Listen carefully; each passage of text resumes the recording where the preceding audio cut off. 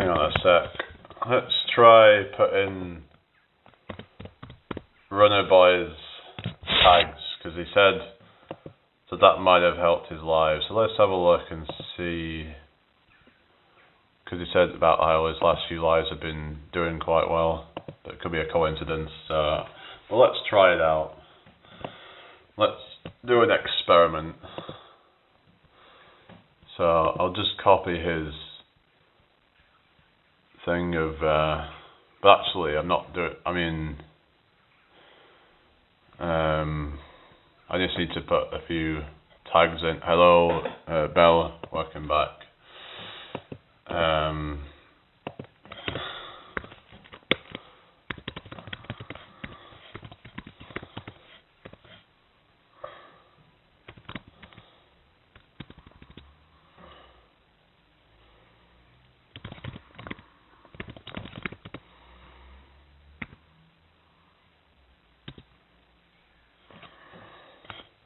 And number one, really.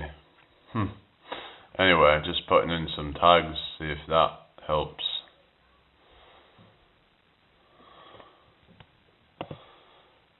Because some people say it doesn't really work, but some people say it does.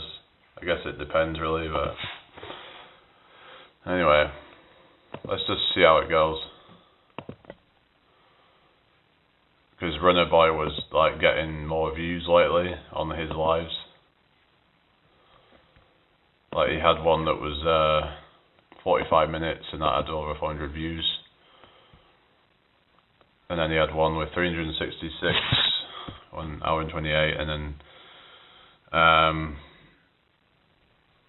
yeah, it's just not fine though, is it, really? You know, if people came, I'd be a bit more happy, wouldn't I? You know, because you know, let's not pretend that this channel's not dead. Like, you know, if people can try and share this out, that would be at least something. If you've got anywhere to share it out to, then.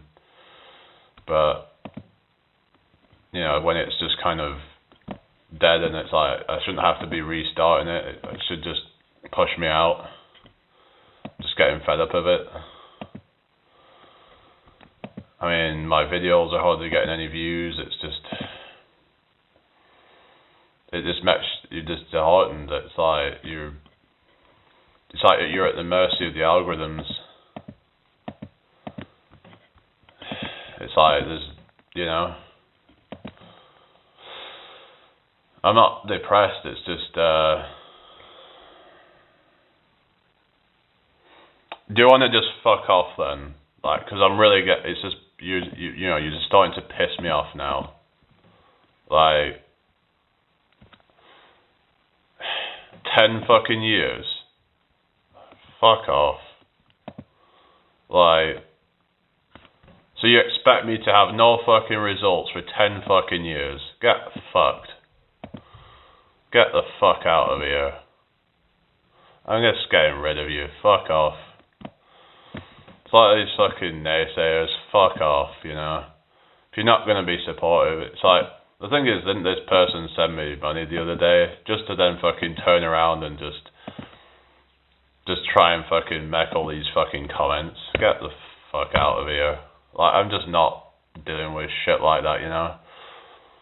Why would anyone just like, you know, put 10 fucking years into something in the hopes it's going to get traction, and then it's not guaranteed if you're just going to be waiting around for it to work out, you know? Because I ain't waiting fucking 10 years just to get traction. Not to be even that successful, but you're saying traction. Any traction, what does that even mean? Like, just to at least even have a bit of success, you know? It's like, if you're not going to be helping me, like, and you're not going to be supportive and, you know, and actually, I appreciate it if people will give constructive criticism and all that, but it's like, you know, hi Fury, hi Sasha, welcome into the live. Make sure you subscribe if you haven't already. But I'm just like, you know, if people want to be supportive, that's great and all that, but like, I'm just not putting up with people trying to tell me that it's gonna take 10 years. I was like, no, I ain't gonna wait around fucking 10 years, you know? I need results. Otherwise, I'm just gonna give up. Like, there's only so much I can be doing this, because I'll just lose faith in the channel. Like, trying to call me entitled, it's like, well, you know, there's channels that blow up overnight, and it's like, well, how are they doing it? What makes them so fucking special? Let's look at that, you know? How are they blowing up their channels? Because it's like, you said, oh, an average of 10 years. Well, it's like, well, I don't want to be the average, you know? Fuck average, you know? I'm not going to be fucking waiting around 10 fucking years to get traction. Fuck that. You know? So, if any of you got ideas to, like, blow this up quite quickly, then let me know, because I don't know what to do at this point. I've tried different things. And, yeah, hi mum, how you doing? But it's just, you know, people like that, and they're saying, oh, it takes the average channel 10 years to get any traction. I'm like, I don't want to be the average fucking person, and either it's gonna get traction quicker than that, or I'm just gonna give up. Because it can't take fucking 10 years. Fuck off. I ain't having people here like that that are just giving me that fucking naysaying bullshit. You know? Oh yeah, disguising yourself, but yeah. Fair enough. But I'm just like, you know, these people that try and... It's like this person actually sent a super chat the other day, but I'm like... And then they started going on about, oh, I've, you know, become depressed or whatever. It actually just shows how little they actually give a fuck. It's like, they can see that I've been trying to, you know, make it work, and it's like they don't... And then they just try and come out with these snarky comments of like, oh, you isn't that a bit entitled? It's like, they don't realise how much time I've actually been fucking trying to make things work with different YouTube channels, trying different platforms, and just feel like I'm going around in circles. Like, have some fucking empathy or something. That I've been trying this for fucking years on different accounts, and I would just struggle to kind of keep going because I'm like, it just keeps going nowhere. People end up just, I don't know, dropping off, and I just feel like I'm not building up a community. It's like, it just goes to show these people don't actually give a fuck. You know? I've come to realise most people just don't give a fuck. They might act like they do, but a lot of people have ulterior motives. A lot of people just are there for their own agenda. They're not there to support you. They're just there for their own... hello, Macman. I'm alright, thank you. It's just some of these people just try and, you know, say all this shit about, oh, aren't you a bit entitled, thinking that your channel should be bigger. It's like, well, I've been trying as hard as I can. But I should be doing better than what I am, surely. Something ain't right. I've been trying for so long, I should be getting somewhere. The amount of time that I put into it. The thing is, you might say, oh, well, it takes the average person 10 years. Well, have they actually been working hard at it, though? Have they been grinding every single day, trying to make content or something, trying to go live and try to connect with people? Have they tried to do that? Probably not. Because surely, I don't know.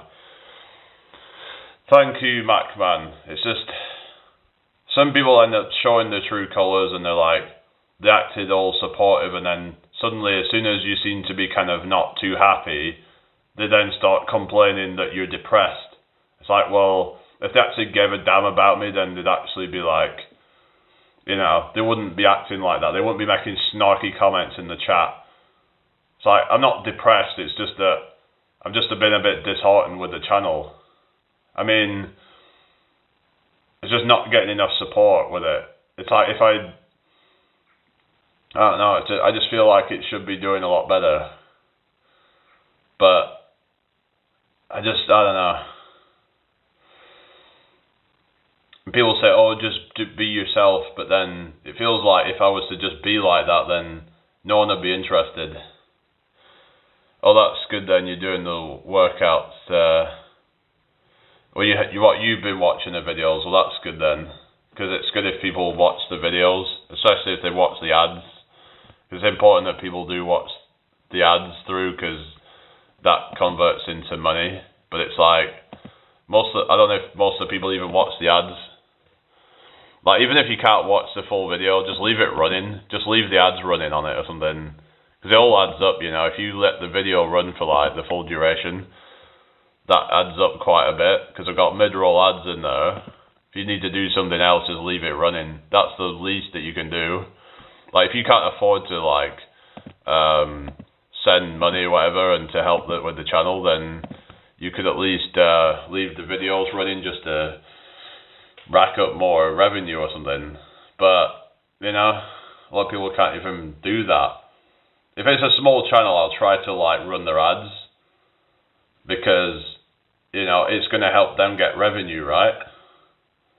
Like, if it's a channel that I feel like is good and that is actually worth supporting, I'll just let the ads run for, like, if it's a long ad, I'll just let it run for 30 seconds. I've heard that if you let it run for 30 seconds, they still get paid or something, but yeah, some of the ads, like, you can't skip anyway, but, like, I'm not going to, like, put ad blocker on it, because, like, there's people that have ad blocker, and it's just kind of selfish. It's like, you know, there's people trying to actually make a living on YouTube, and you just put fucking ad blocker on, and just, it blocks, you know, them getting revenue. Does it really matter that much? You have a 30-second ad before a video or whatever. You could just do something else. Go and get yourself a drink or something, I don't know. Let the ad run in the background, and then they get paid. Even if it's only like 1 pence or something per ad. You know, it all adds up. If everyone did it, then it adds up. But a lot of people I've come to realise just don't care that much. They just want their instant gratification. You know? That they can't be patient, and yeah, it's just it is what it is. But yeah, it's just, I don't know. I don't even get that many comments on my videos a lot of the time. It's just dead. So it's like, can you blame me for feeling this way? It's like, I try and put effort into things. I try to, you know, take the time to make the content, just for it to flop. And I feel like it's not bad content. It's like, there's far worse stuff out there, and some of that seems to do well. It's just not fair. You get all this degenerate stuff that's getting tons of views, and then I put a video out and, like, no one seems to really pay attention. Maybe it's me, I don't know. Yeah, the polls seem to get a good amount of votes, but, like, it's like, I wish they would just, you know, they see the poll, and then it's like, it would be good if they could come to the lives or something. What's this? Who's this that's just shown up? Something and Robert. Anyway, oh, Aaron and Robert. Is it Aaron? I don't know how you pronounce it, but welcome to the live. How's it going? So it's like 2 people, I guess. So yeah, thank you for joining me tonight. So yeah, I just wish that it would translate into more live viewers or something, but it seems like that's all that people want to kind of interact me with, is mainly on the polls. I've had one that had over 100 votes, like 113 was like my record, I think. So it's Aaron, is it then? Anyway, so is this your first time here, or have you been here before? I don't think I've seen you before, but welcome to the live. But yeah, I want to be positive and all that. I want to, you know, put out a positive message and all that. It's just like, people don't seem to understand when, you know, you put an effort into something, you want to build it up, and then it just feels like it's Groundhog Day. It's just not going anywhere. And I know you get people saying these comments like, oh, just be grateful for what you've got, and it's like, yeah, but you don't understand that, like, you know, you put time in it, you should be getting the results. I wanted to actually be able to make this into something that build it into something that I'm proud of. And right now I'm just feeling like it's just kind of like a very quiet place that's just hello Tom.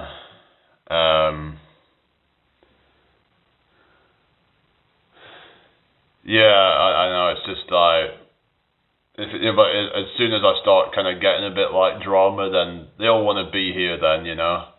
All these people that start showing up when I start getting all kind of angry and just toxic, and I don't want to be like that, you know. I just want to, you know, be myself. I don't want to, because that's not me. Like, I don't, like, most of the time I'm a pretty chill person. Like, I'm just, now there is some people out there that do well with like doing crazy fitness challenges and stuff like that, but that's just not very relatable. It's like, oh, well done, you actually won it. £500, that's crazy. I wouldn't have thought you would have actually won it, but like, that is mad that. It's a sad reflection of today's society though. I know, there's a lot of things about today's society that is sad. Now you could say that the drama thing has always been there in terms of like tribal mentality and all that, but the social media has really kind of made things toxic and you know, but everyone's become more and more individualized and more, there's lack of community, so they start focusing more on, you know, kind of picking sides in drama and shit like that, and being into all this like parasocial crap that's not actually yeah, my mum said she would send me some of the winnings to, and it hope, well, I bet you if she sends that, it'll probably help with the channel. That's going to be part of like, you know, if people want to support the channel like financially, that might help it get pushed out more. Because the thing with YouTube is that, another thing is that to get views, then it's like, you know, you need to be getting the donations. Like, you need to be getting, you know, people sending you gifts on here. Otherwise, they have no reason to push it out more. Like, why would they want to push you out if you're not making them a lot of money? They're going to push out the channels that are making them tons of money. Makes sense, right? So it's all a business to them. It's not about just giving everybody a chance. They want to only push the ones that are profitable for them. Anyway, so how's everybody's day been? I hope you've all had a good one. Let's just try and get the shirt out if you can. I don't know, but yeah, who's still in here? Let's have a look on the live feed. Yeah. A psychologist says there's a dopamine hit they get from the drama that becomes an addiction. Yeah, but in the long run it's just toxic. So the thing is this whole like instant dopamine, but like delayed gratification is much better in the long run. But it's like people just don't get it, and they just instant, you know, they cave into all it. It's like I said, I found myself watching things like you know, true crime. I'm like, why am I even watching that? Because it has no, you know, relevance to my life whatsoever. Why am I watching it? There's this whole like morbid curiosity thing, and I don't know, but it's like there is no need for me to be watching that. It's like, how is that entertainment? Like, it's just kind of, when you think about it, it's kind of sadistic. It's kind of like, why are you watching stuff about murders and stuff like that? I don't know. It's not even like it's a film. It's like some real life shit that's happened. Like, why am I investing time into watching that? I could have invested time into something more productive. Because how is that productive? I don't know. What do you guys think? So yeah,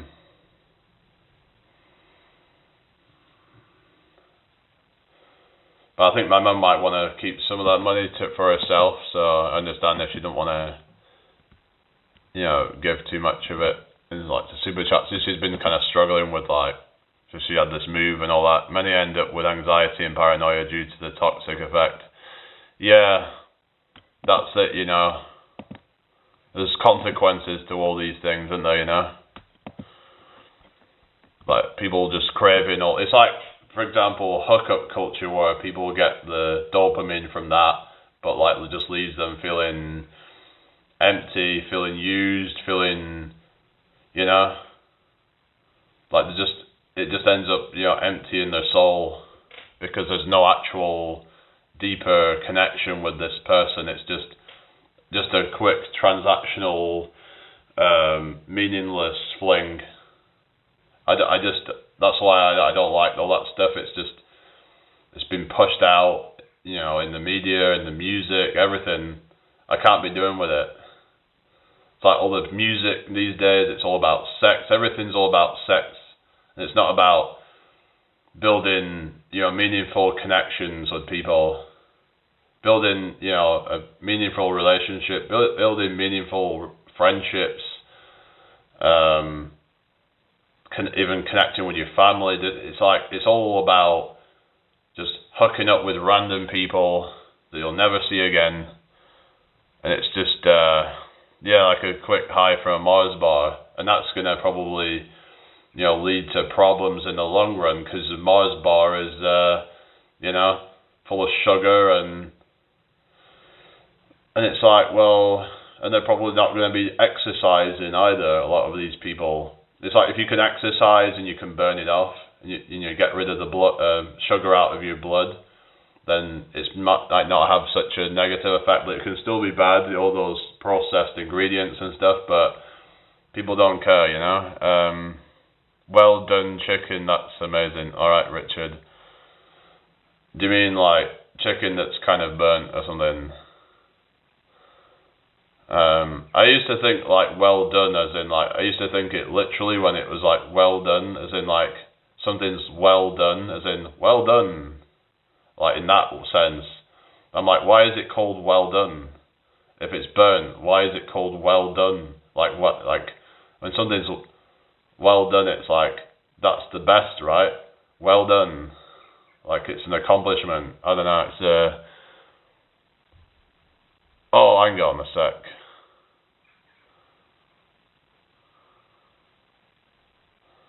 I'm getting confused. You said well done chicken, as in chicken that's kind of burnt. I'm getting confused now. Are you talking about my mum or something? Because mum calls me chicken sometimes, and it's funny. It's like, it's like, alright. I don't know. But this is the thing with like, things can be like easily misconstrued in the chat, You see things, I was like, well done chicken. That's amazing. I thought you meant you like the taste of well done chicken. Yeah, it was like a kind of, hello to you, hello Capraz, fighting chickens. Nah. I love, those McChicken burgers. They are so tasty. I love all the McDonald's burgers, the cheeseburgers, the Big Macs. Gotta have the Big Macs, the special sauce. The special sauce, it tastes so great, it's so tremendous. The secret recipe.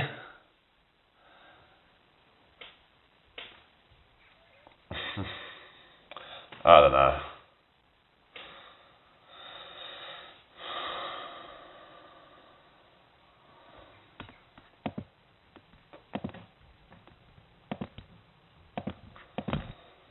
It's like, I don't know, I don't really get it, because it's like, I'll see some people doing the fucking Trump impression, and they ain't even that good. I actually think I'm doing better than a lot of these people I see doing it that are famous doing Trump impressions. I'm like, yeah, I don't know, it makes me think like, why is it that, I don't know. I understand obviously there's more to it than just like imitating the voices and different things. There's, that they create like a kind of story or whatever. But in terms of the actual like talent, it's like I can get some of these voices more kind of closer than some of these, like these impressionists do.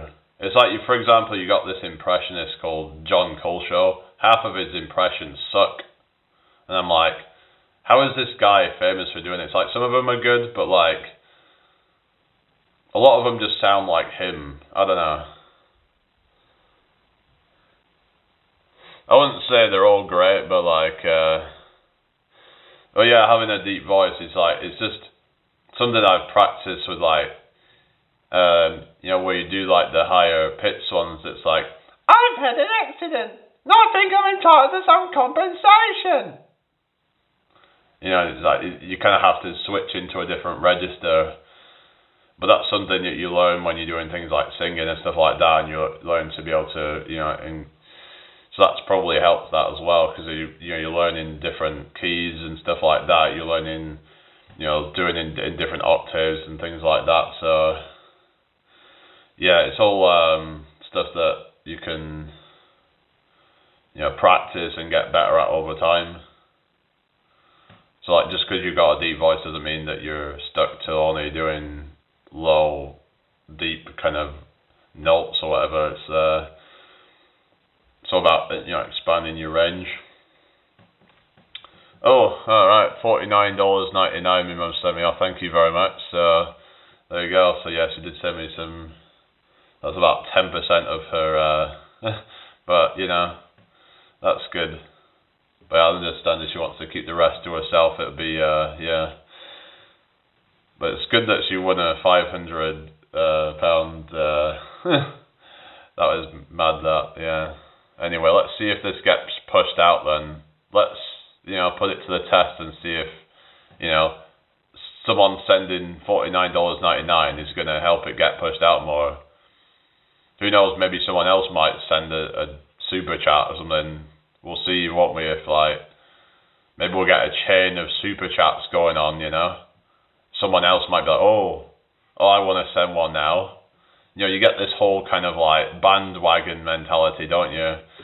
That's another thing about society as well, where someone does something like they'll send a super chat and then other people start joining. It's like, for example, like if you're doing busking and someone throws a bit of money at you and then suddenly everyone starts to throw money at you. It's like, it's not because they really wanted to, it's just they probably feel like they should do it because someone else has done it. It's like the whole kind of social sort of, kind of just like mimicry, if you will. Like, it happens on a subconscious level as well, like on a physiological level even, like where, someone's sick and then other people in that group feel sick kind of thing, or there's different examples, like they found like, things syncing up like in a group, like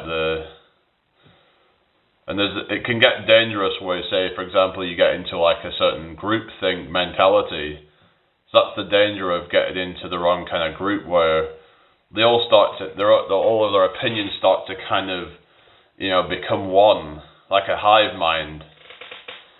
Yeah, there's the whole herd mentality, whatever you want to call it. It's like a hive mind that just, you get all these people in these groups and they all share the same kind of beliefs. And it's good to, in a way, in that sense, it's good to not be too involved with any group of people, especially ones with like strong ideals.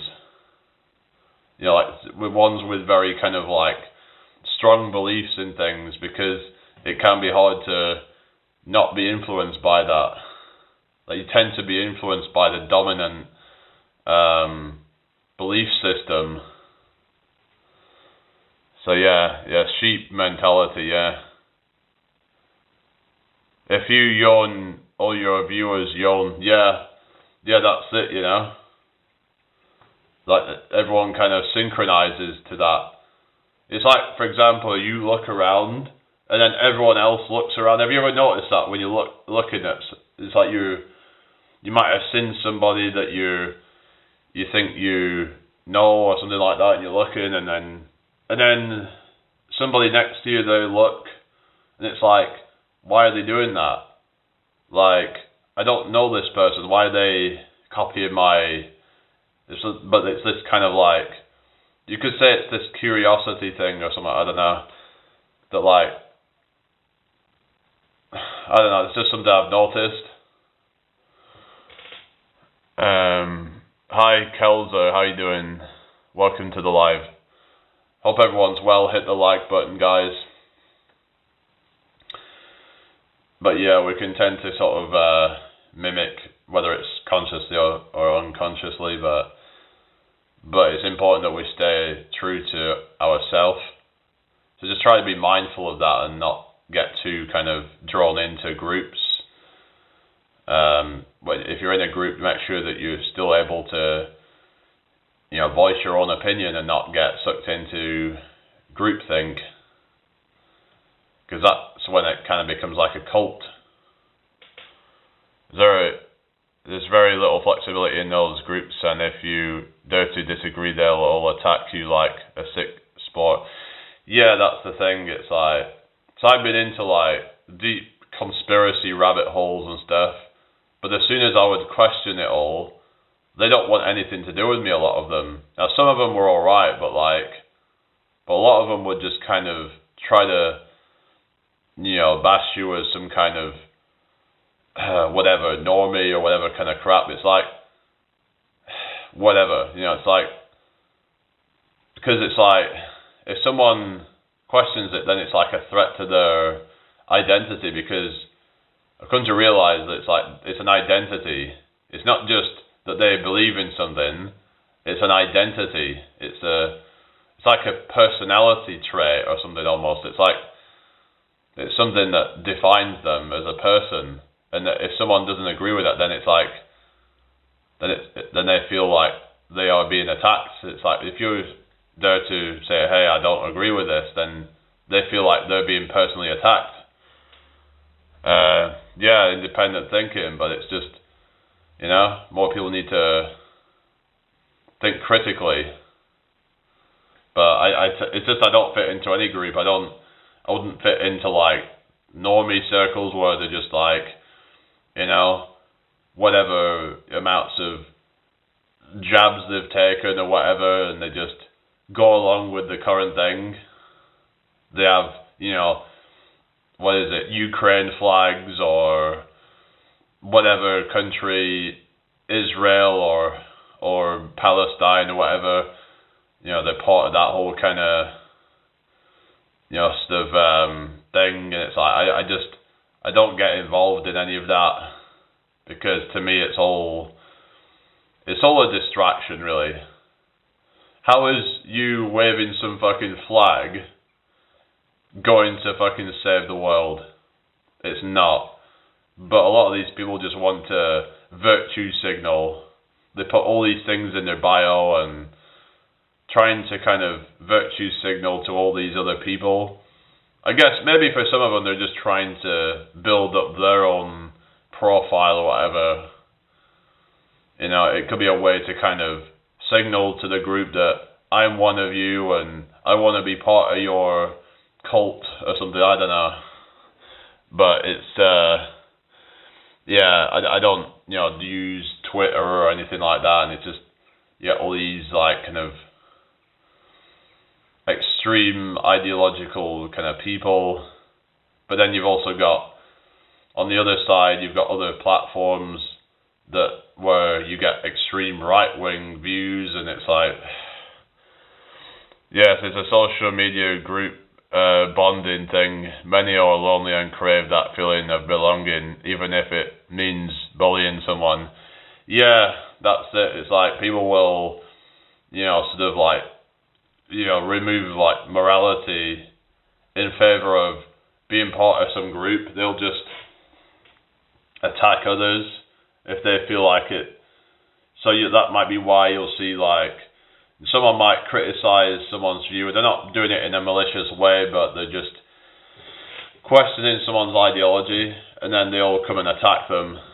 They all just join in the bandwagon and just because they need to kind of fit into that group, otherwise they're lonely. Because you get these ones with the piercings on, all the crap on themselves, like these haircuts that look hideous.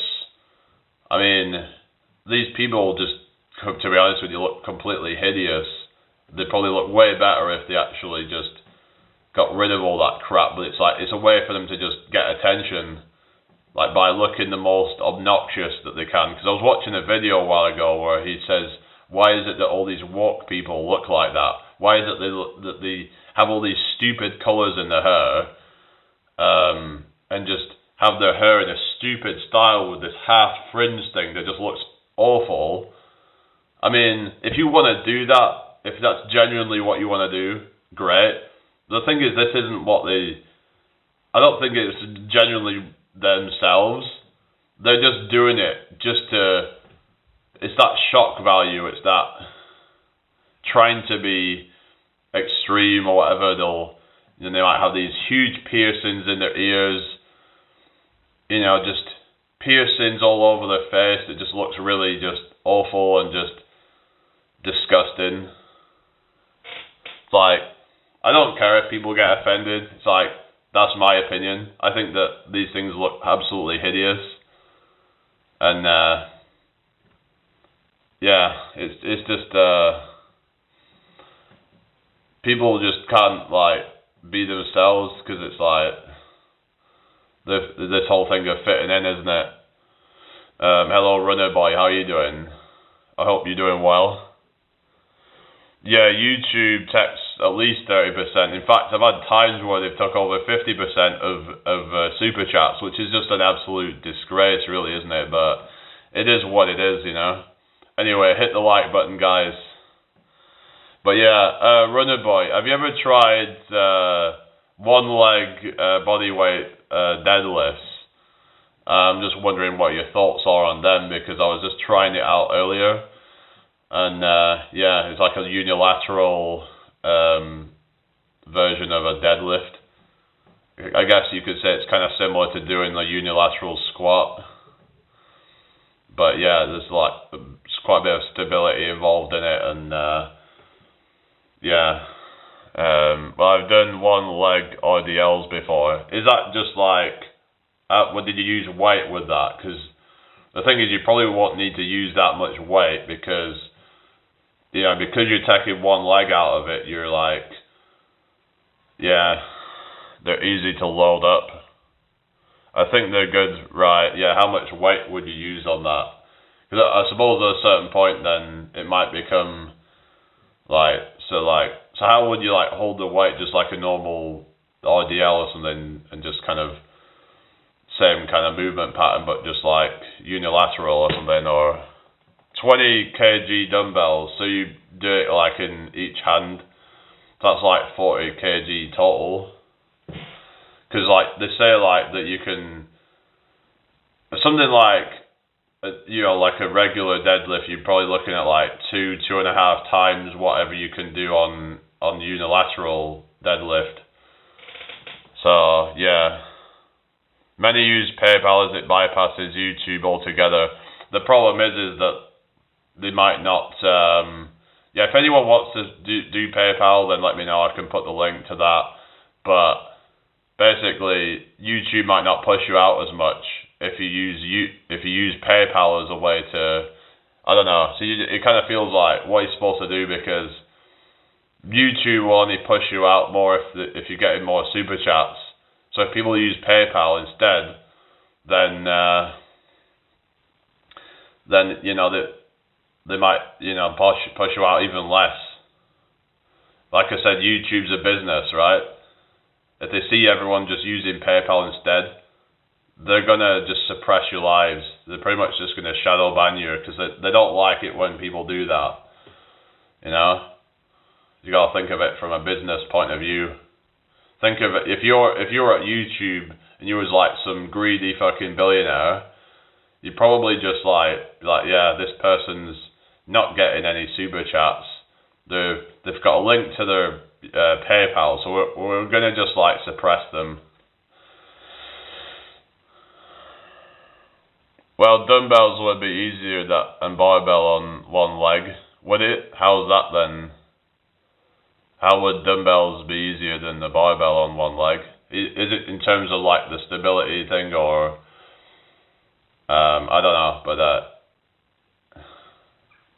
or is it because with barbells you have to put it out in front of you, and you have to it's like limited in terms of because you could say like with the dumbbells you could. Another thing is you could do like neutral grip with dumbbells instead of like pronated grip. So is that what it is? Did you know YouTube uses the first 30 seconds of voice and videos to also push out where you get shown? So say keywords in the first 30 seconds. Alright. Dumbbells are closer to center line of body. Right. Do you mean like you would have this dumbbells like you'd say like if you're doing like a farmer's walk or something like that? Or is that a farmer's walk where you just carry it, or is it farmer's carry, something where you're carrying the dumbbells or something? Because I remember doing that a while ago where I was carrying some heavy dumbbells across the gym at one point, and that's a good one for like building grip strength. Well, it's strength, endurance, and just like overall conditioning.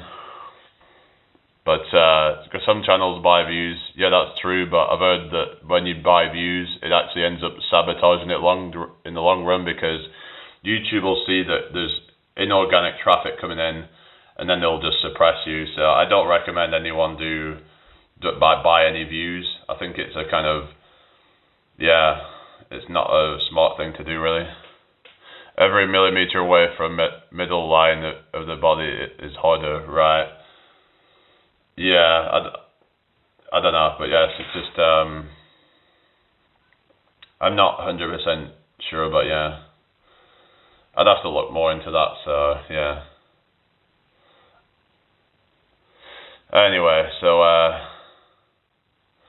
yes, it can backfire. This is the thing. A lot of people do things like we was talking about earlier with people doing like watching drama, or doing bad things with their health, drinking alcohol, or things like that, partying all night, not getting enough sleep. These things are all going to backfire eventually. Sooner or later you're going to pay the price for it. You can't keep doing these things and not get some kind of bad effect from it. But So how are we doing today, everybody? I hope you're all doing well. Feel free to ask questions.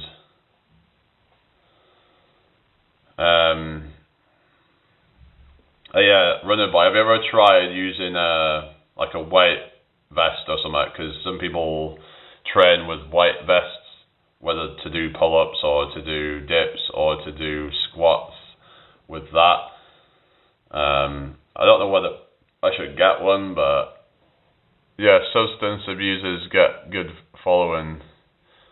Oh yeah, well that's it, because if someone's just a complete wreck, a complete train wreck, people seem to like to watch these people. It's like, for example, have you seen that fucking Sverige, right? Fucking train wreck. But it's like, I don't know if at this point he's just deliberately doing it to try and, it's like he'll say stuff that's just really just completely wrong. And it's like, what are you on about? Like, I just have a white belt, but a white vest is good for the stuff you do, right? I don't know. I've just ordered yesterday some beta-alanine, so I'm gonna try that out and see if it helps with like endurance, with like high intensity exercises, to help me go longer on some of them at a higher intensity. Because on certain things, like, you can end up burning yourself out. I'd be interested to see if I could do more of the jump squats for like more reps. Because at a certain point, I think it is like the lactate build up, and that builds the fatigue up. that's gonna just like get to a point where you burn yourself out quite quickly if you don't have a good ability to like buffer that. So they say like beta alanine can help with that. It's not gonna help with building muscle, but I don't really care about that anyway. But protein powder, I don't really recommend protein powder particularly, but so I don't know. I would just say kind of probably stick more to whole foods if you can. Try to just get as much as you can from your diet. But other than that, I would just try to, yeah, like, I mean, just, it all depends on your diet and what your requirements are and all that, but, obviously there's different ones, but some say that certain ones, like whey, can be bad for people if they might get bloated off it, or, so you gotta find what works for you, really. Basically just eating a ton of food. That's how I do it. Just eat. You know, I walk a lot. I burn a lot off by doing a lot of steps. I just eat, and I get like a lot of calories from the food, but I'm able to burn it off. So yeah, that's how I do it personally. But it's not ideal for everybody's lifestyle. But yeah.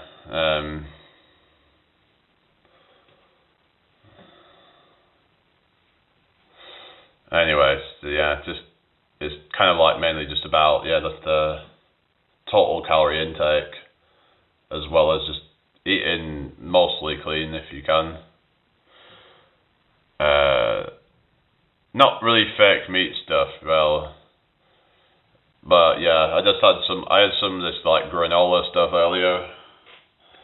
It was quite nice. So yeah, it had some like I think like cashew nuts in it and stuff like that, and oats. So just kind of like a mixture of stuff, really. But yeah, so that's good for like getting calories and some bit of protein as well. So it all adds up, It's just but if you're eating just tons of like like say you're eating a lot of sweets, then that can actually sort of like give you a lot of like empty calories and just make it harder to get the protein goals. So yeah, it's just for my own personal reasons. It's like, I mean, I don't want to get too much into that, but so I'm not here to kind of like I'm just kind of like, yeah, that's what I do, and I'm just not really here to kind of get into that, really. But yeah, I mean, I respect whatever people want to do, but I'm just, yeah, that's what I've chosen to do. And yeah, anyway, how is it going anyway? Are you doing a live later or not? Are you doing a restream?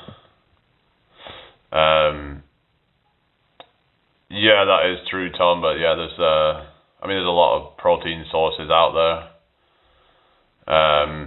But yeah, spinach is good for like a lot of nutrients in it. But yeah, eggs. I mean, there's been debate over whether eggs are good or bad, but some say that they're good for building muscle. So I mean, there has been all this scare about cholesterol, but then some are saying that they don't actually increase it that much. But the main thing is that, if you're exercising a lot, then you should probably have good cholesterol just from like, because you're burning a lot of it off. So, or you're restreaming later. So you just got to try and make sure you're exercising a lot. It's like, for example, people going about like diabetes and all that from sugary food, but if you exercise a lot, that can mitigate some of the effects of that. So, okay, I'm going to get my dinner. Okay, no worries. You take care. But yes, my thing seems to be kind of healing up a little bit, but just have to kind of, just let that heal up a bit, really. So I've been doing a lot of like, kind of, like I said, with all the exercises and stuff, I've been training hard and all that. Yeah, I've been wanting to do the camping, but I'm just like, I don't know. It's just, I like comfort, you know, I like to sleep in a comfortable situation, and as much as I'd like to start the camping, I've just been a bit, I don't know, it's a lot of messing around really, and yeah, it's like I did try and give it a go, but I part of it was that I started to feel a bit uncomfortable with just like the fact that there's people there, and there might be people, you know, who might, you know, be not very nice. You just don't, it's just, you know, if you're in the wild or something like that, and some people do it in like, you know, kind of like places where you have to pay like sites and stuff, but I'm like, that's not something I'd really be interested in, to be honest. But if I was to do camping, I'd be more for my own kind of like adventures and stuff, but I'm like, but just the thought of like, it's hard for me just to kind of like, I don't know, I tend to overthink a lot, and yeah, kind of sucks really, but it is what it is. Anyway, share the live, guys, if you can, please.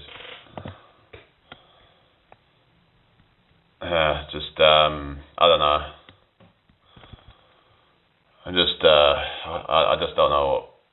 So feeling a bit kind of, I don't know, things need to go somewhere.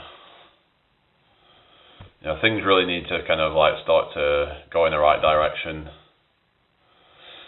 For me, like, you know, the channel needs to grow. Like, it just, I can't be doing with it just sticking at whatever viewers we're getting now. It's just, yeah, it just gets me kind of down when I just see the stagnation, and just people say, oh, you're doing well. It's like, I don't think I am though. Because I used to have a channel that had like 50 to 100 viewers every live, and you know, it was going pretty well, you know, but it's like, it's just not happening. Yeah, but I'm like, I don't know, I don't really see the point unless I'm doing it as like a kind of nomadic lifestyle. That's what I would be doing it for.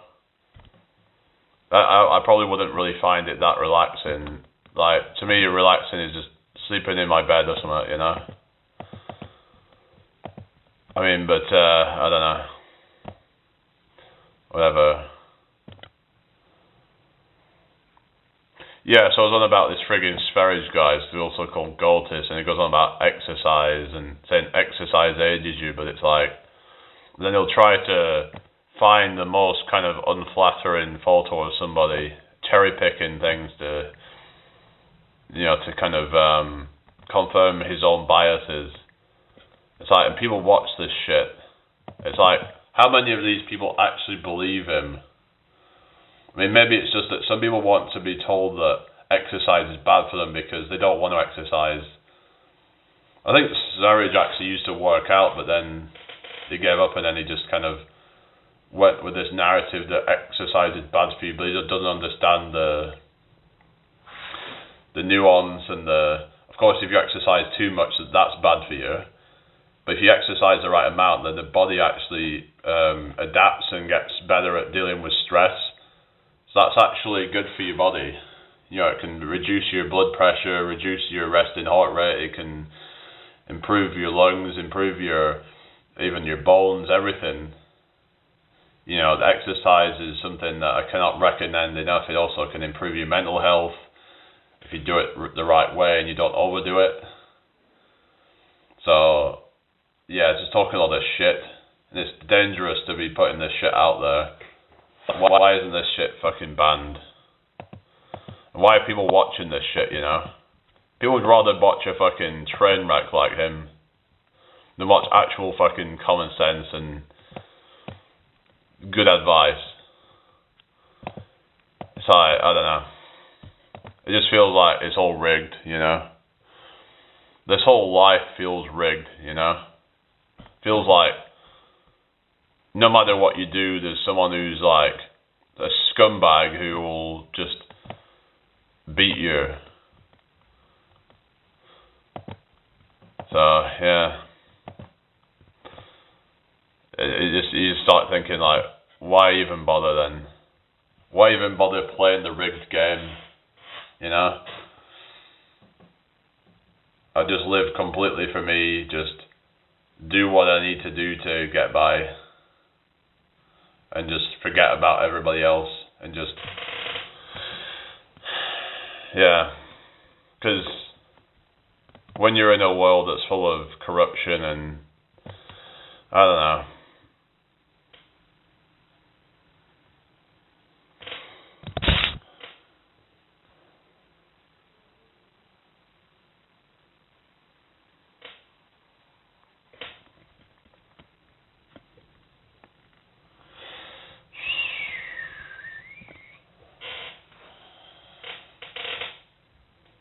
I just don't know anymore. Yeah, I mean, I have a reason why I've been disheartened. It's like, you know, like I said, yeah, things were going well, and then I wouldn't be like that, you know. Yeah, I know, but it's like, it's easier said than done though, isn't it, Tom, you know? A lot of them these days will just waste your time. I just can't be arsed with that. That's just going to make me feel even worse if I'm just dealing with a bunch of, you know, if I'm just dealing with some female and then that just doesn't work, and then they just mess you around, and then someone else does the same thing. Because I've seen these, and they just, I don't know. I've just kind of lost hope in all that shit, to be honest. So I'm just gonna, yeah, not gonna take part in all that, you know.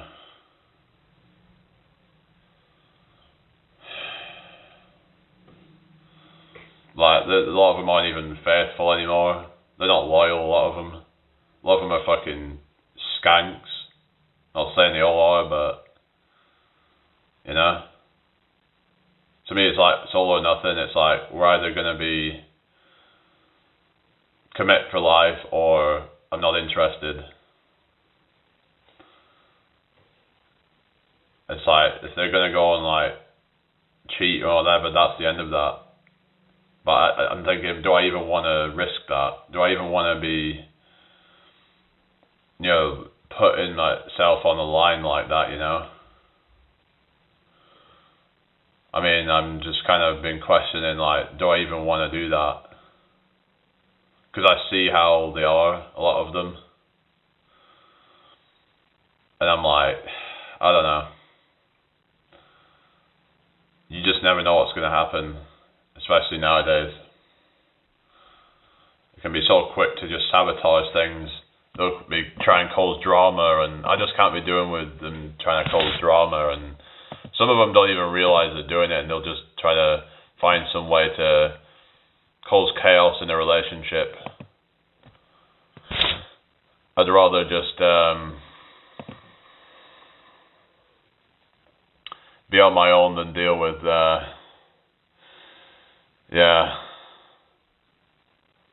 yeah, but I don't go to church, you know, I'm not a religious person, so I wouldn't meet them there, would I? Yeah, I wouldn't just, yeah, so I'd have to, like, what is it, Religion Max or something, and Church Max, Christianity Max, you know? Like, but then there'll be some chameleons there even, I bet. Well, that's what they say, innit? You know, if it's meant to be, it will be. But I'm not going to be going out and chasing after some woman, because that never ends well, does it? You know? Because, yeah, they might say, oh, they love to be chased, but, like, I bet you, all these women that, you know, they love being chased, but then as soon as, you know, you actually chase them, then, you know, then they get bored, because they're like, oh, he's a bit of a, it's like, because you're too easy, you're be too available, that just makes them lose respect, and just makes them just, so I definitely don't want to be just chasing after some, just, yeah, it's just mad how so many men are, spending so much of their time just chasing after these women that aren't even worth it to begin with. yeah, it's I mean, there is one thing of like pursuing and to like kind of pursue something, but you shouldn't chase. There's a difference. Like you can, see where things go. You can, yeah, yeah. But like, they're not gonna instantly be a wife though, are they? Hello, Haley Peck. How's it going? Welcome to the live. They're not gonna instantly become your wife though, are they? You know. And the thing is that you got to be careful with that as well. Make sure that it's prenuptial agreement. I've heard actually that even that can be, kind of not 100%. I don't know how true it is, but I've heard that even times when there's a prenuptial agreement, that they can still find a way of screwing you over. So you have to just be careful when you're getting into these things. And the thing is, some of them just want to be married for their own agenda, not because they're in love with you, but because they want the status, they want the, look at me, I've got the wedding ring or whatever, they've got the, look, it's trying to show off to all their friends and all that. And it's like, it's nothing to do with, it's like, you see these women, or they want an expensive ring, and it's like, if you just buy like a cheap ring, then it's like, they feel insulted by that. It's like, well, it's just that,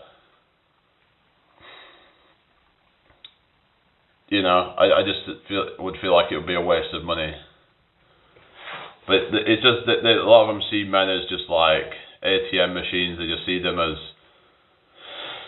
walking ATM machines. Not saying all women do this, but it's like, well, think about it. It's like, well, men were supposed to be there to provide and protect and all that. But nowadays, it's like, well, what can a woman get out of a man? Like, if she can't get anything out of a man, then she's just gonna walk away. It's like, so,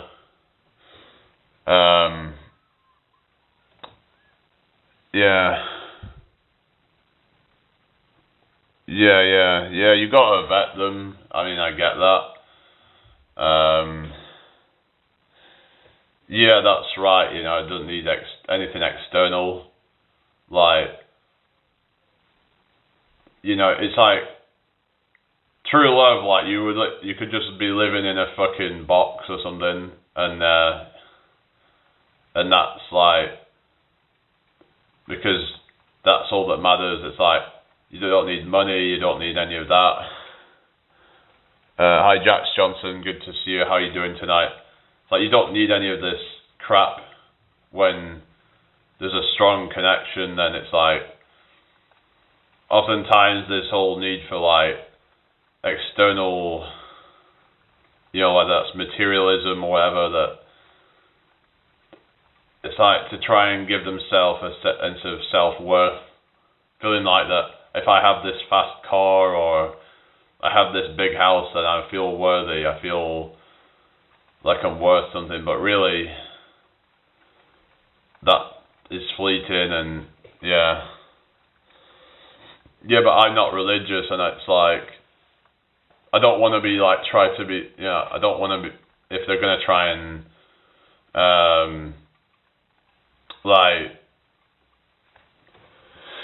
like push you into that. It's just, I've seen this fucking woman on Facebook. I've got her on Facebook, and it's like,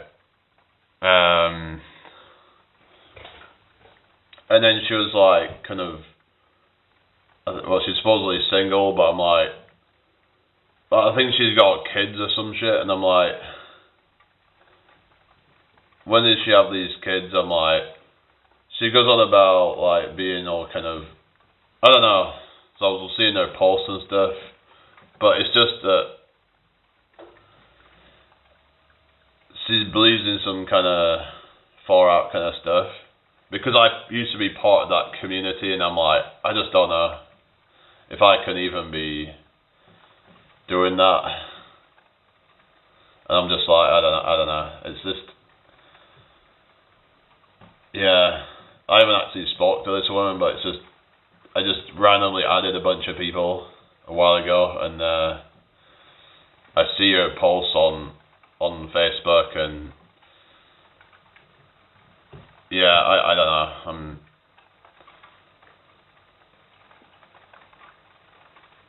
But it's just I don't know, like what, because it's just that I can't help but think that if someone's a single mum, then I find that as a bit of a red flag.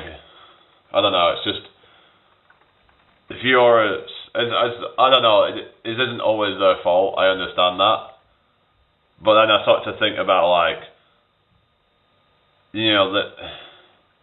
Yeah, it might not be all their fault, but then have they, made a bad choice in a man, or in some cases it was their fault why they're single because kind of like I don't know. I just find it a bit when I see that I'm like, oh, okay.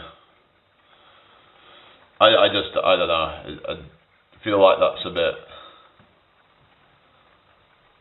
Like there's a bit of a red flag. I'm not saying 100%, but some people will just kind of,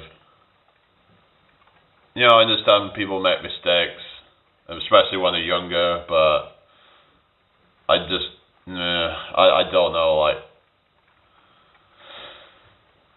it's like, yeah.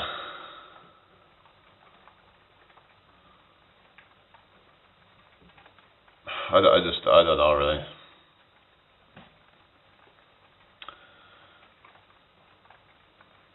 I mean, she does put some good stuff out saying like men shouldn't be like thirsting after all these degenerate women and all that. So, because it's like basically these men are what create the demand. It's like they are the demand, is what I'm saying. They are, and these women will like create the supply for the demand. Like they will, you get all these thoughts, all these skanks or whatever, putting themselves out there like that. I mean, they might say, well, I've put myself out in a, showing myself off. But the thing is that I'm not gonna get a bunch of fucking women trying to hit on me all the time doing that. It's like, if you're a woman, it's like you just put some friggin' half-clothed photo of yourself, and you'll just get like a whole bunch of thirsty men. It's like, a lot of them are just doing that shit for attention. Now, of course, we all want attention, and it just. But a lot of these women, it's like they know what they're doing, and it's like they're like trying to get all these men to message them, just to then end up like ignoring them,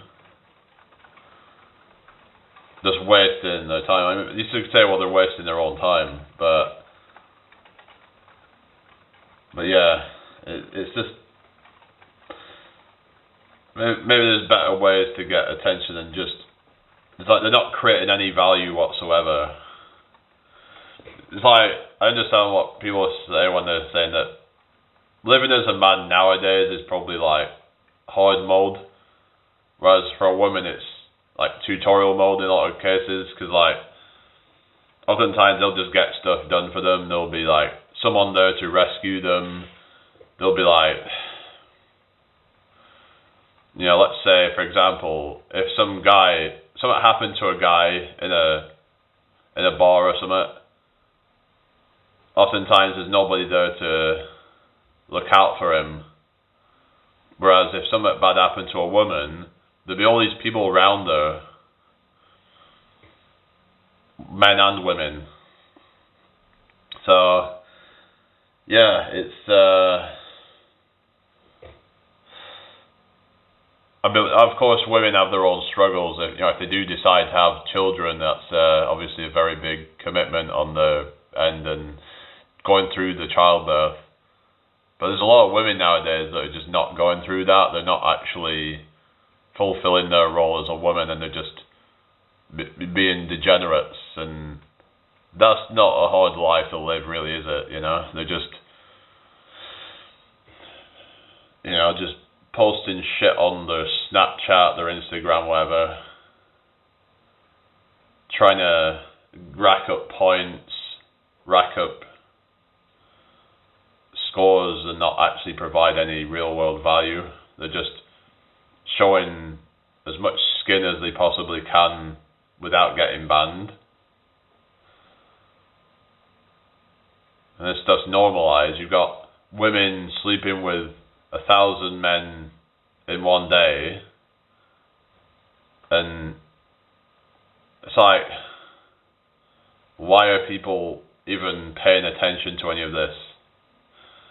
It's just a sign that, you know, the fact that so many men would just sign up willingly for this, it's just sad. It's just so sad to see how things have become in society, that this is what we are valuing, this is the thing that we are giving attention to. It doesn't deserve anyone's attention. Like, if people would stop giving it attention, then they would stop doing it. So every time some guy buys the subscription, they are enabling it. So it's all supply and demand, right? But men just won't learn. They're just so pathetic that nowadays that they can't seem to. They don't have any self-control whatsoever. That's not what being a true man is. Being a true man is about being able to control impulses and be able to, to have that self-control, that discipline, to be able to do what's right, instead of just caving into instant gratification and just degeneracy, basically. It's just we've got so many weak men nowadays. So I can't blame it all on women. It's that you all look at the men of today's society. They are what's creating all this. All these skanky women. It's like, because they are being rewarded for this behaviour. If men would stop rewarding them for such behaviour, then they'd probably stop doing it. If we started to act, I think this stuff should be shamed, you know? Because they need to feel like that what they're doing is fucked up. Because it's like, imagine, you know, they people end up seeing their stuff that they know. It's like, they don't think about any of that. They're just so, like, what goes on in their head? But these men have just kind of fucked up so many women's heads. All these thirsty men boosting these women's egos. Like, what's that? Like OF. Yeah, OF is just... And then apparently most of the men that use it are friggin' married or in a relationship. I'm like, why are you doing that? Why is it then that your partner is satisfying you? You know? Like, if you have a partner and you're not satisfied, you shouldn't be with them. Like, you know, it's like, so they'll just kind of cave into just having their needs met on there, but if they're not being satisfied by their partner, then they'll just kind of treat it as just like a kind of bit on the side or something. And to me, that's just, I don't agree with that stuff. Like, it's like you gotta find someone you're compatible with that actually will give you what you want. As long as there's mutual respect there and respecting each other's boundaries, then, you know, But if you feel the need to be doing that, then what's that? Tate was right. I mean, maybe he was right on some things, but I don't think he's a good role model for young men. I don't agree with all the stuff on all the fucking hustle culture, and because that's just gonna suck your soul away, and it just turns you into a fucking scumbag if you go too deep down that whole kind of path. And yeah, it's just that's the thing I don't agree with. It's like, you know, and hasn't he like, you know, like rug pulled his own fans or something? He was like saying, "Oh, never do crypto. Crypto's a scam." But then he was promoting crypto. It's like, so he was being a hypocrite then. Hi Yogi, good to see you. How are you doing? Hope you're well. So I don't like it when people do that, where they say crypto's a scam, but then promote it. It's like, because he was like bashing on, you know, like you had like Logan Paul because he was doing all the crypto zoo thing, whatever, but then he started promoting crypto himself. So it's like, look who's talking, you know. So I can't trust people like that. And then there's also this thing of his Hustlers University thing, or Real World University, whatever you want to call it. And most people ain't doing that well from it. You know, you could say, well, that's their own fault, but it's like, there's only like a very small percentage of people apparently that are actually making profit from that course. It's like, it's kind of a pyramid scheme as well. It's like, well, it's called what is it? Multi-level marketing, but well, it's Attack on Titan. Why is that? Why should I watch that? I don't know, but hope everyone's well tonight. So share the live out if you can.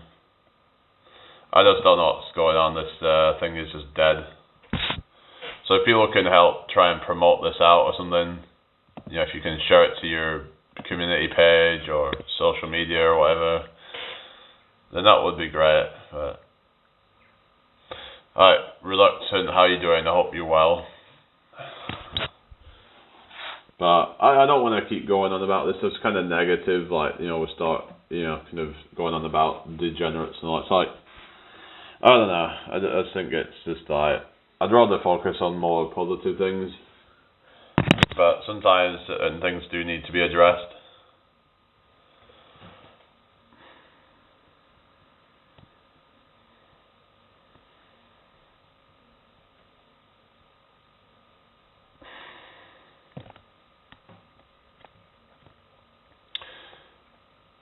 How much you bicep curl? Like the most I've done with like a barbell was about 30 kilograms. So like probably like each side probably about 15 or something like that. I don't know, but alright, thank you, Yogi. I remember I used to try and go quite heavy on the curls, but I would just be cheating the reps. But you obviously want to make sure that you're doing it strict and not cheating too much, because then you're just like using other muscles more and you're not isolating the right muscles. So yeah, that's good. Alright, thank you. Yeah, I don't know, but I mainly don't do bicep curls with like dumbbells and stuff. I started doing a lot more like calisthenic stuff, like doing, say, alright, thank you, Yogi. So yeah, like body weight bicep curls, which are like done under like a bar with your elbows pointing upwards more, and that's gonna put more emphasis on the biceps. So depending on how you have your elbows, you're either going to work your back more or you're going to work your biceps more. So So it's all about just making tweaks like that, and you can work different muscle groups and stuff. Barbell squats? I did some barbell squats the other day at the gym. I did 50 kilogram squats for 25 reps. So in pounds, that's about 110 pounds for like 25 reps. I probably could have gone a little bit longer, but I didn't want to like risk it or anything. But yeah, I thought that was a good point to stop.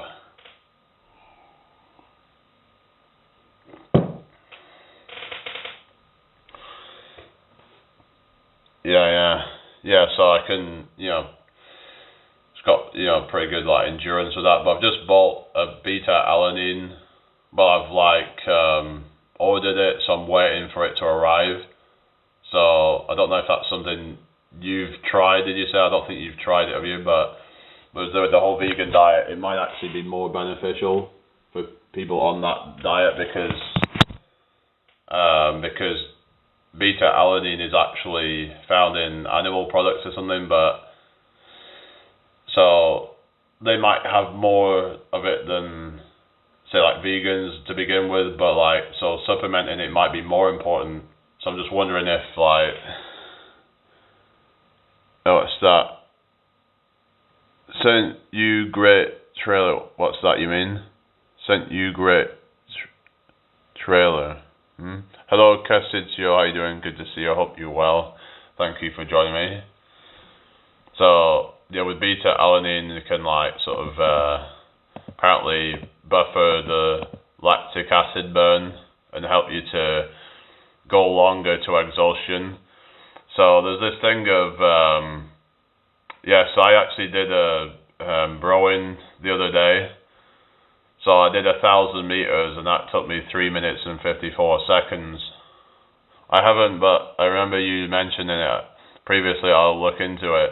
Yeah, but I was looking at it, and then people were saying it doesn't really work, but then a lot of people are saying it does. So I think the consensus is that it can help somewhat, but as to the degree it can help, it might not be that much, and for the average person it might not be worth it. But I do want to not leave any stones unturned, and it's not a very expensive product, so I thought maybe I should like buy it and kind of see how it goes.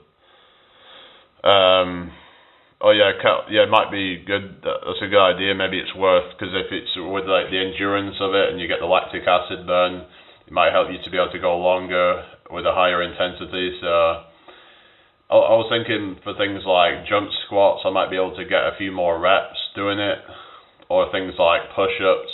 If say like lactic acid starts to become a limiting factor of it. Anything more than say about 15-20 reps, something like that, that might be when that starts to become more of a sort of like important to be able to keep going to true failure, because lactic acid can actually limit how far you can go, because that burn will just fatigue your muscles before true muscular fatigue, if you get me. It'll be more in terms of like the because you're creating an acidic environment, and I have to see other supplements. There's one called citrulline malate, but I don't know if I'm not some say it can help with things, but how's it going, Grayson? Hope you're well. Thank you for joining me tonight. Citrulline malate, about the benefits of that, so might look into that as well, but I don't want to end up taking 10-20 different supplements though. But it's said to be able to help enhance nitric oxide production, but you can get the nitric oxide benefits from things like I've heard you can get it from like beetroot juice, but another thing is like doing things such as nose breathing and things like that. So I've heard baking soda helps to reduce lactic acid. Yeah, I heard something a while ago about like cyclists using it and stuff like that, and there might be some benefit to it. Actually, I think, was it Jesse Pollack was using baking soda as a pre-workout, so might be worth looking into, because if it could help me to go longer and be able to do more. And because the thing with the endurance stuff, because of my, especially when you get quite, big size and I'm tall, and sometimes I'll struggle with some of these endurance type stuff. It'd be good if I could go a bit longer and be able to kind of not fatigue as quickly, because when you're carrying around a lot of weight and stuff, it can get to a point where like you're gonna get a lot of lactic acid and it's just not fun. Which fitness YouTube do you watch? I watch a few. I watch like Bioneer. I was watching one earlier called Movers Odyssey. That's a good one as well. Who else do I watch? Fitness FAQs has some good stuff. Calisthenic Movement, I used to watch some of their stuff as well. Yeah. But yeah, it's just, anyway, we used it for 2,000 meter rowing training for e-goal training. What do you mean, e-goal training?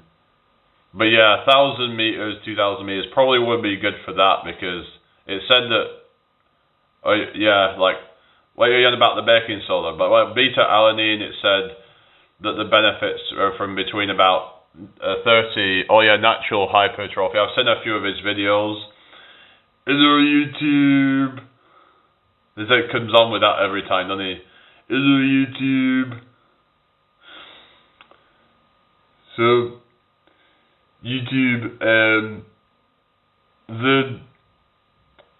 appeared lots of bullshit fitness claims saying that bodybuilding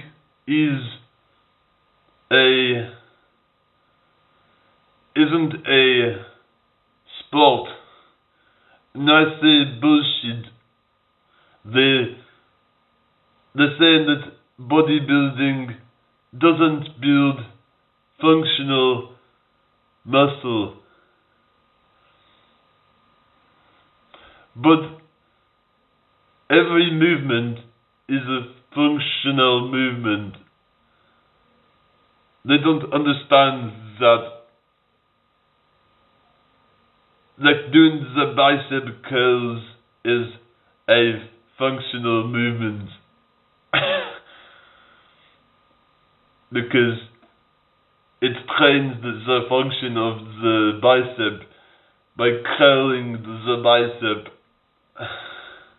Now by flexing the forearm.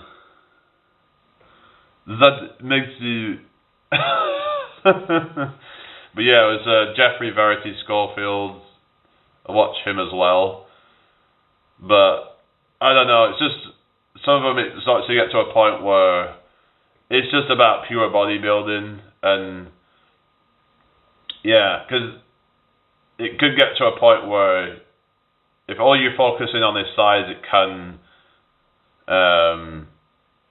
be at the price of other things like endurance. It's like I wouldn't want to get too bulky to where like I start to feel like it's impacting endurance. But yeah, anyway,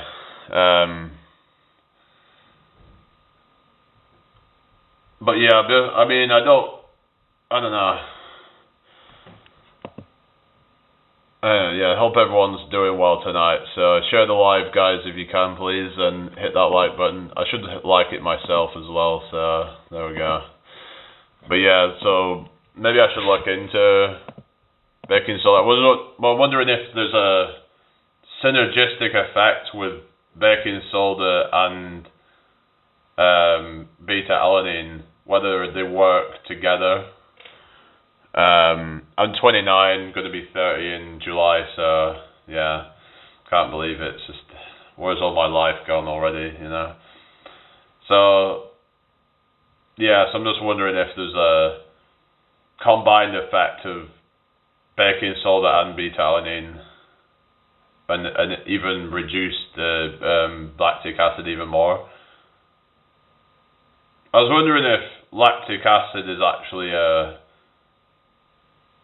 helps with muscle growth, but like, so I'm thinking like, if you're trying to buffer lactic acid, then could that actually slow down muscle growth? But I suppose I'm kind of getting to a point where I probably shouldn't really be trying to build much more anyway, because I'm around 6'4". I'm currently around probably just over 215 pounds. So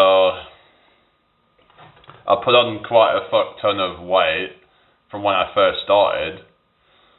I was only at about 150 or so, 155 when I first started it. I think it was 155. So I've put on about 60 pounds, and most of that is all lean muscle mass that I've gained. Some of it's from the creatine and all that, but yeah, anyway, I'd probably say I've put on about 50 pounds of lean mass from when I first started, which obviously from my height it makes sense, because if you're taller you're going to have more potential to put more mass on because you've got a bigger frame to fill out. But yeah. But for the average person, you know, they might have gained, say, 30, 40 pounds in that time. But yeah. But I've actually gained most of my muscle in the last year, believe it or not, which I'm quite surprised at. I've gained about almost 30 pounds of muscle mass. A lot of it's, yeah, some of it's from creatine. So I've probably gained at least like 20 pounds of muscle just from doing all the workouts, going hard with it. And now, yeah, you could say it's not all muscle. It could be other things like connective tissue, bone density, and things like that. But in terms of lean mass, yeah, in 1 year I've gained, like I said, roughly about 30 pounds. Which is like, there's literally like people on steroids that are making less gains than that. Even with the height that I am, it's like, especially the fact that I'm not even really a beginner anymore. So yeah, I've just learned to do the one arm dead hang. I can't hold it for very long, but when you're weighing about 98 kilograms, it's gonna be hard, you know. It's hard enough doing it with two hands when you're that heavy, but you know. But it shows that I've made progress and that, yeah, getting stronger and all that, you know. So yeah. Anyway, how are we doing, people? Hope everyone's well. Feel free to ask questions, everybody.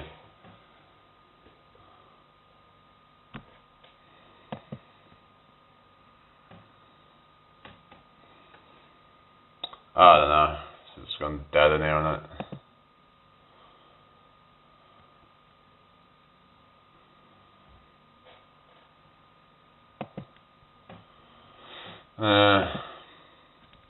But yeah, well, I want to see like where I can go with like the cardio and the endurance side of things. You know, maybe certain supplements can help with that. But yeah, the what is it? Yeah, baking soda.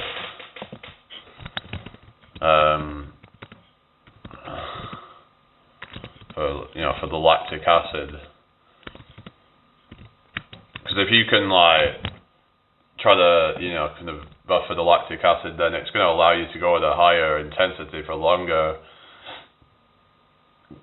So it says baking soda or sodium bicarbonate can be used to help reduce the effects of lactic acid buildup in muscles during intense exercise. It works by buffering the acidity in the bloodstream, which can delay the onset of fatigue and muscle soreness. While some athletes use it for this purpose, it's important to note that it can also cause side effects. So, it's saying about here, was it considerations of potential side effects? So we've got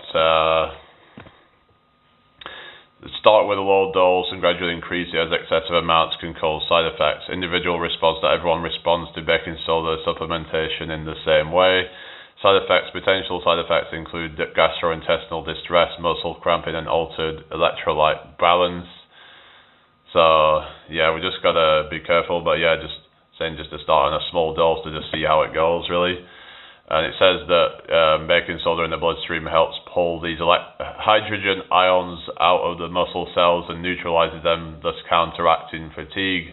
So it might be interesting to see how it goes, and it might be able to help with like the 400-meter sprint, for example, and help you to go faster for longer. Because for a lot of people, they struggle with that last, say, 100 to 200 meters of it, where there's that kind of burn, and it's like, yeah, that fatigue sets in, and they end up like crashing.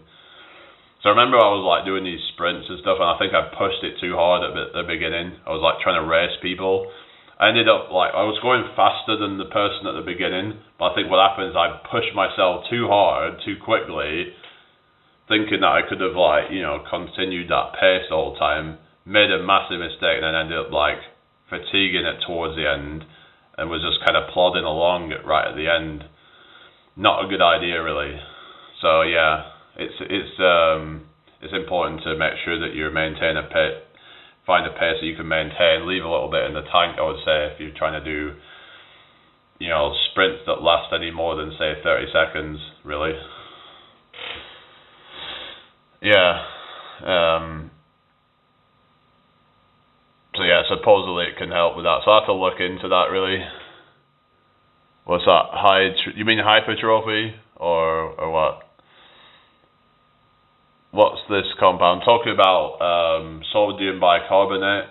It's also known as baking soda. Some people have been using it as a pre-workout, but apparently it can also help with the reduction of lactic acid buildup.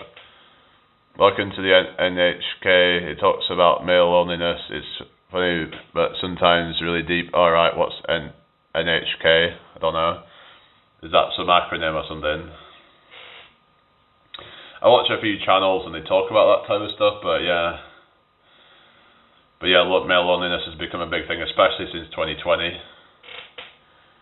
Ballistic, what's that? Exclusions? What's that? I don't understand what you're saying, but yeah. Well, it's saying something about, what is it? Lactate is actually a valuable fuel, but the rising acidity associated with the hydrogen ions is thought to impair muscle contraction. And yes, that will basically make it fatigue quicker. So, sorry, what's that? Tiring for the cells. Yeah, because like when you're creating an acidic environment, then it doesn't function it properly. It creates a kind of lot of like what is it called? It's ionizing. It's a lot of oxidation going on. So bicarbonate of soda. So maybe I should try. I was wondering if you can do whether there's a synergistic effect with the beta-alanine. Synergy. Let's see if there's a synergy between the two. Baking soda and beta-alanine, when combined, can synergistically enhance high-intensity exercise performance by increasing buffering capacity and potentially delaying fatigue. Baking soda or sodium bicarbonate increases blood buffering capacity, helping to neutralize acidity in the bloodstream. Beta-alanine, which the body converts to carnosine, enhances the muscle's ability to buffer hydrogen ions, further improving performance. So, according to this, you might have this doubling effect of having the two in your system at once. So, yeah, it's very interesting stuff. So I was thinking maybe I should try and combine the two. The problem is if I combine the two right away, then I wouldn't know what's working. Hi Aaron and Robert, welcome back. But that's very interesting stuff. I mean, I don't know whether I should just start off with the beta-alanine and see how that goes, and then add the baking soda in, but I don't know. Just wondering whether I should do baking soda. I mean, baking soda is like super cheap in it and all that, but I'll have to look into dosing of that stuff because you don't want to end up messing yourself up really with it. But yeah, I know like Jesse Pollack does baking soda, I think, before a workout.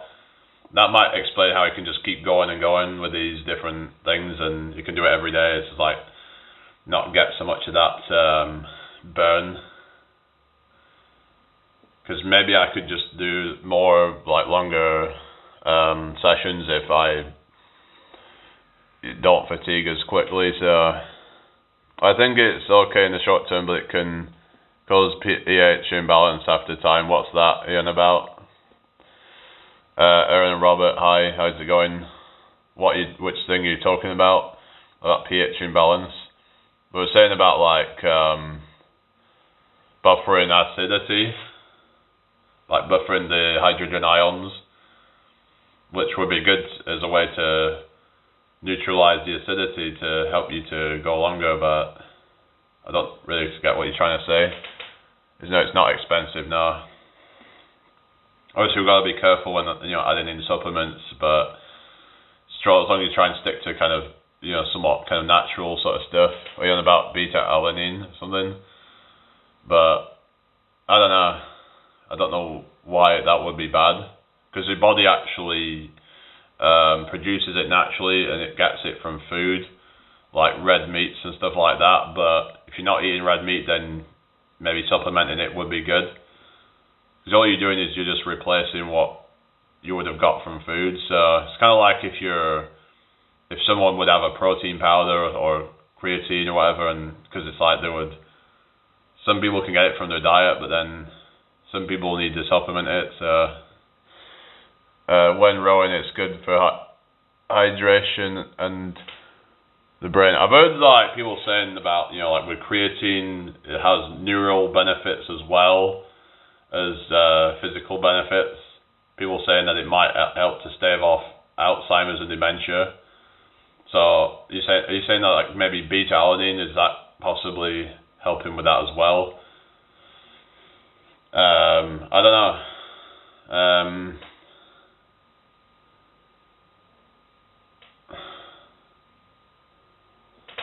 Yeah.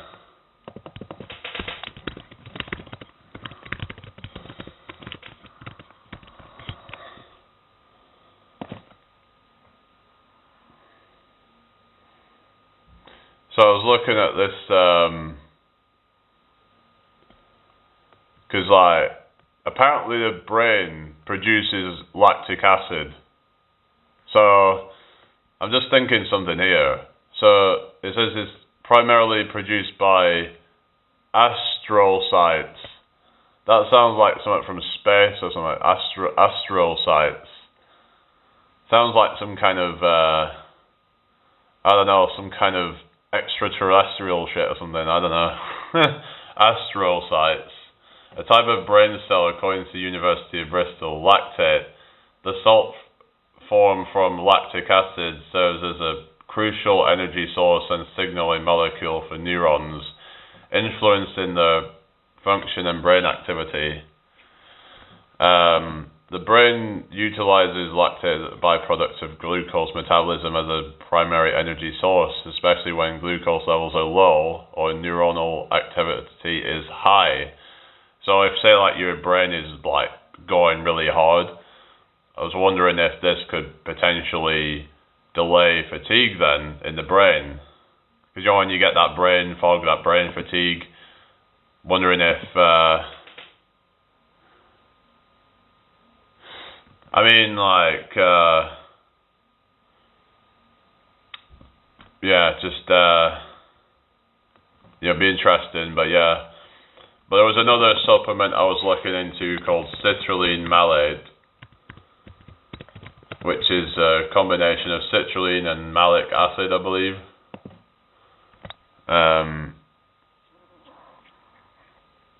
It all has the same effects, Casitio, so as long as you're saturating your muscles, creatine. So how's it going? Hamoudi, welcome to the live. Make sure you subscribe if you haven't already.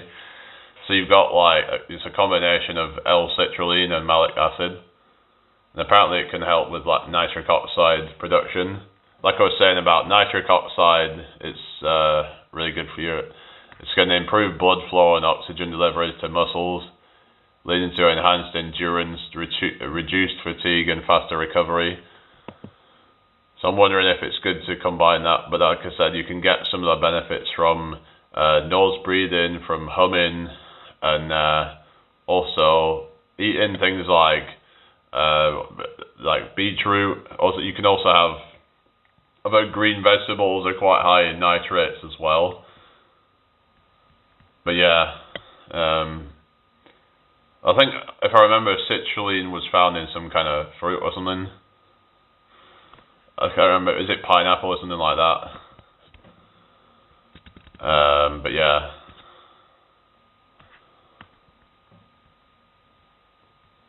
But we want to be like trying to be optimally functioning. So yeah. So I just want to try these things out, and what's that? Is that what's that amino acid? I think it's related to that.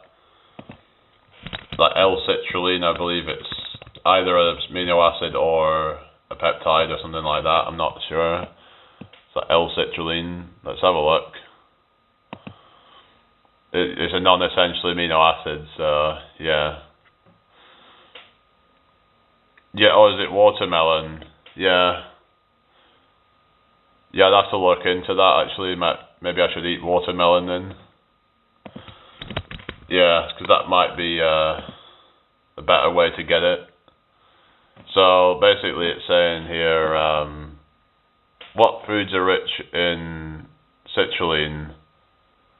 Bitter melon, cucumber, muskmelon, pumpkin, bottle gourd, dish rag gourd, wax gourd. Some of them I don't even know. So I've never even heard half of them things, but it is saying that some nuts have it high content, but they're saying meat has it as well. So yeah.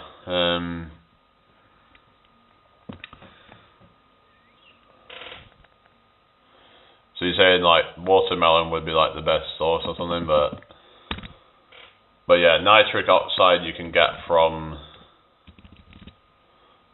food as well, but you can also get it from humming. It's actually better for, yeah, they say to hum on the exhale, so you maybe try to do that. Obviously I'm not going to do that on here, but it might be worth doing to get the benefits. Watermelon, yeah, I find they can be a bit bland because they're just like 90% water. So I've heard honeydew melons are quite nice, but I don't know. I've never really tried a lot of different ones. So it's saying that you can get a 15-fold increase in nasal nitric oxide during humming. So yeah.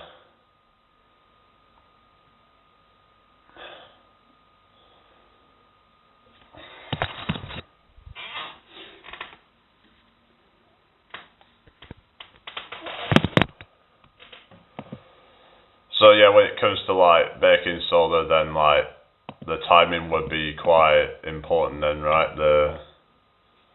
When you do it, be like, say,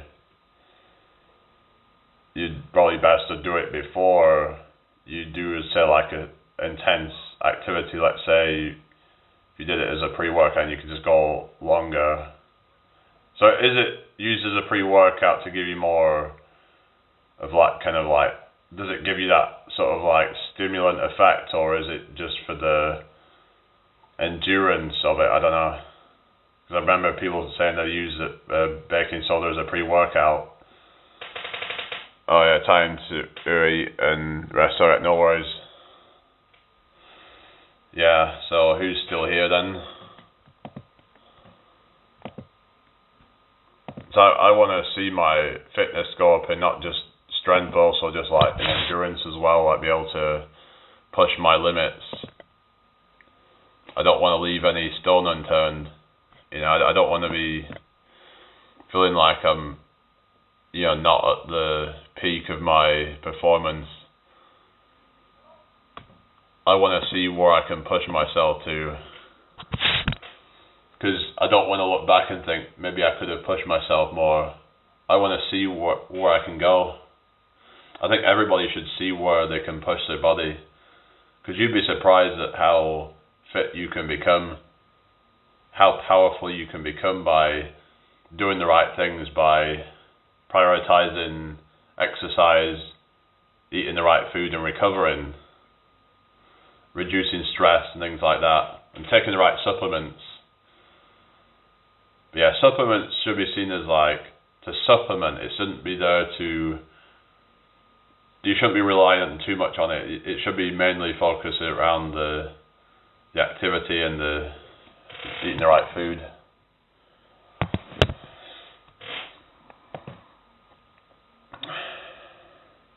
Oh, Garmin smartwatch. Alright. Oh, cool.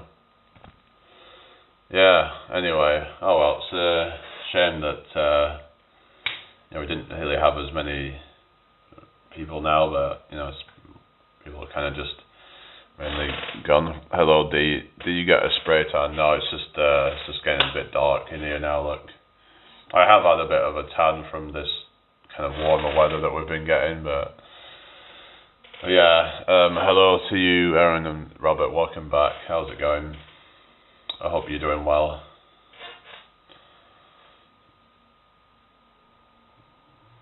Where are you from anyway, D? Is your body alright? Keep the chat flowing, guys.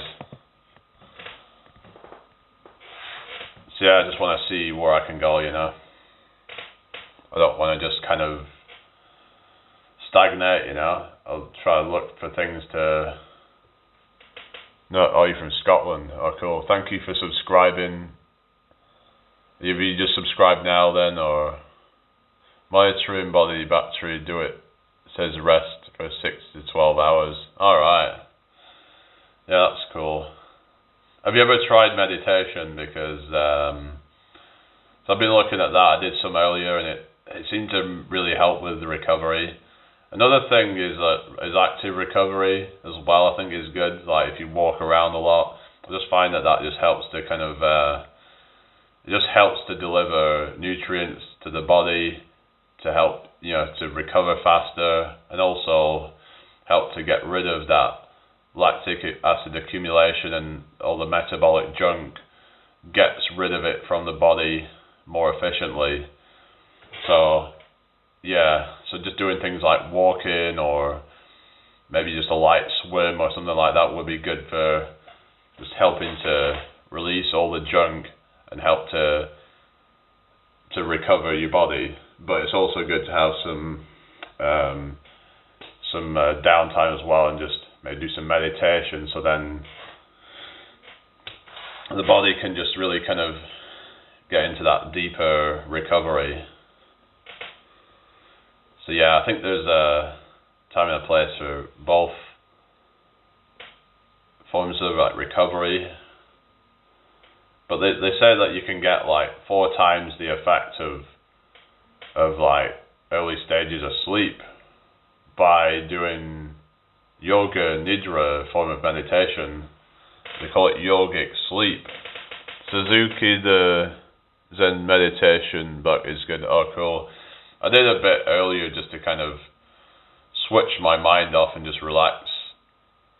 And yeah, and you come out of it, and it can take a bit to actually come round. It's almost like you've been asleep, because I get that same kind of feeling where it's like I've done it, and it feels like I've come out of a sleep, and I'm kind of like, it takes a few minutes to come round,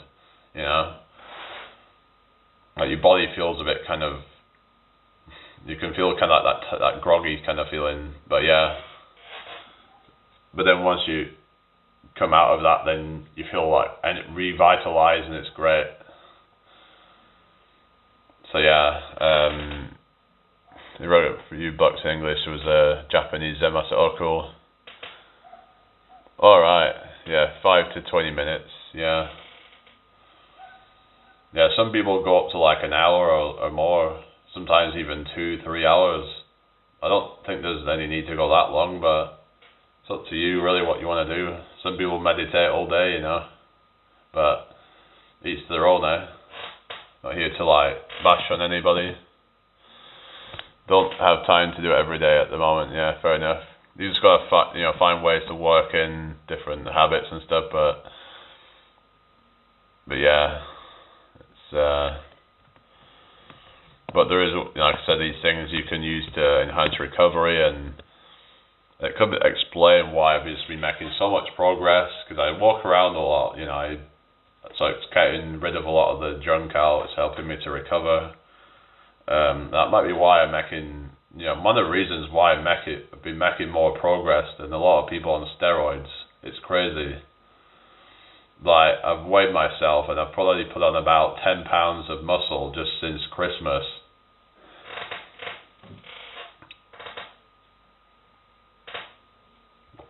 So yeah, like if I can put on, it's like we're about not even halfway through the year. I've put on, so we're looking at maybe gaining about 20 pounds in 1 year. And of course I'm tall, so that's going to help, but yeah, it's like, but let's say the average guy, if they did what I did, then maybe they could gain 15 pounds in a year, even after training for a while. Like, some guys could probably put on like 30 pounds of muscle in a year, or well, lean mass, shall I say. If they've never trained before, you look at 20, 30 pounds in your first year if you do everything right and you prioritize rest and recovery. But then it's probably going to drop down to about 10, 15. I mean, if you really go hard on the first year, then you might then see it drop to like 10, 15 the next year. Then the third year, it drops again. There's a diminishing returns, but there's some guys out there that can gain like 70 pounds of lean mass, over like a good few years of training. So, I mean, you've got people like Jeffrey Verity Schofield is a good example. I think he said he gained like about 70 pounds, and most of that is lean mass. So it goes to show that. And I think when I saw that he wasn't exactly that skinny to begin. I mean, he was kind of skinny, but I think he said he did a few push-ups when he was in his teens and stuff. So I could see he had a bit of a chest there. If someone starts off in a scrawny, they have more potential to gain muscle, I'd say. They'll probably see a lot of gains in that first year if they do everything right. They're probably going to see at least 20 pounds of. It's like all these people say, Usain Bolt transformation is not natural or whatever. I mean, I don't buy that. I think it probably is, because and it's not even that extreme. Like, it's not really that kind of. I think they found he's only actually gained about 30 pounds of muscle, or just over. I think they said about 33 pounds of muscle, including the creatine. So, that's after 3 years of training. I mean, it's not really that much, is it, really? And yeah, he went from being quite skinny to that. It's like, obviously, it's filled out his frame, so, it uses certain lighting to enhance that. I don't think his physique is that crazy. For training 3 years, I mean, yeah. It's like you've got the kind of, what's that? I don't know what you're saying, but there's a lot of you get on one hand, people just kind of thinking that people Liver King is natural or whatever. But then on the other hand, I mean, well, they don't think it's natural now, but there was people that thought it was natural, and people like Mike O'Hearn thinking that they're natural. But now you've got but you've also got people who are over cynical and they're not a natural, they're taking steroids even though their physique is within the realms of possibility of being natural. I mean, yeah, I just don't think it's that crazy. It's like, it's only because of the lighting usually. Like, lighting makes a massive difference, and the angles and things like that. And if they've got a pump, they're like, you know, they're tensing their muscles up. They know what they're doing. It's like if you see that Usain Farhat and just normal lighting and all that, it doesn't look that crazy, I don't think. Like, if you've got decent genetics and all that, and you've got good muscle insertions and all that, and they fill out quite easily. But yeah, it's just people, I think, were exaggerating, saying that he's gained 60 pounds of muscle. Where are they even getting that from? Like, I just think there's a lot of people out there just trying to kind of diminish someone's hard work as being on steroids, to then be able to kind of, so then they feel better because they're not making any progress.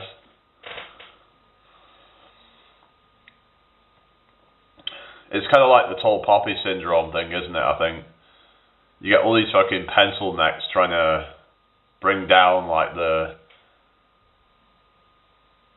I don't know. It's just yeah. I just don't really like. I think the fitness community, a lot of it's a joke. I'm not saying you should become huge and all that, but it's like, people, I think, are downplaying what's possible naturally. It's like what, you know, Jeffrey Verity Schofield. It's like, everyone's a fake natty now, apparently. And yeah, there is a lot of them out there. There's a lot of just scummy people trying to, like, there's people like Liver King, there's people like, you know, that are just disingenuous. What's that? A baby is 8.5 to 12 pounds, yeah.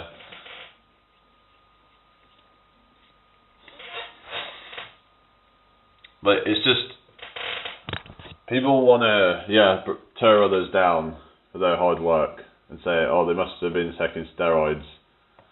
But then on the other hand, you've got people, you know, who have pretty good physiques, and then they're being told that they have a mid physique, even though their physique is in the top 1% of the population. Because to me, a mid physique would just be like what the average person looks like, and the average person's, you know, in the UK is around, you know, it's over 20% body fat. They don't have any visible abs, but yet you'll have someone with the freaking visible six-pack with veins, and they're now called a mid-physique because it's just a way to kind of diminish people. Again, it's like, so they'll either diminish someone that's got a pretty good physique, saying they're mid, or they'll diminish them by saying, you know, if they're doing quite well, they're big, that they're fake natties. You see what's going on? It is just so toxic. The whole fitness community, a lot of it's just, yeah, I don't know.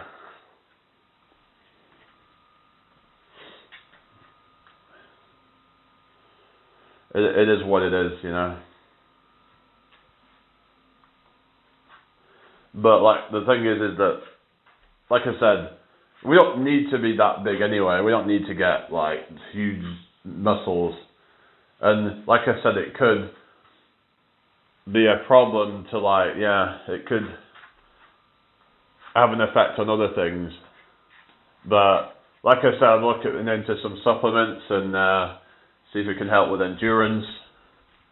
Because yeah, when you're doing a lot of reps, because maybe it could be good for these guys doing all these burpees and stuff.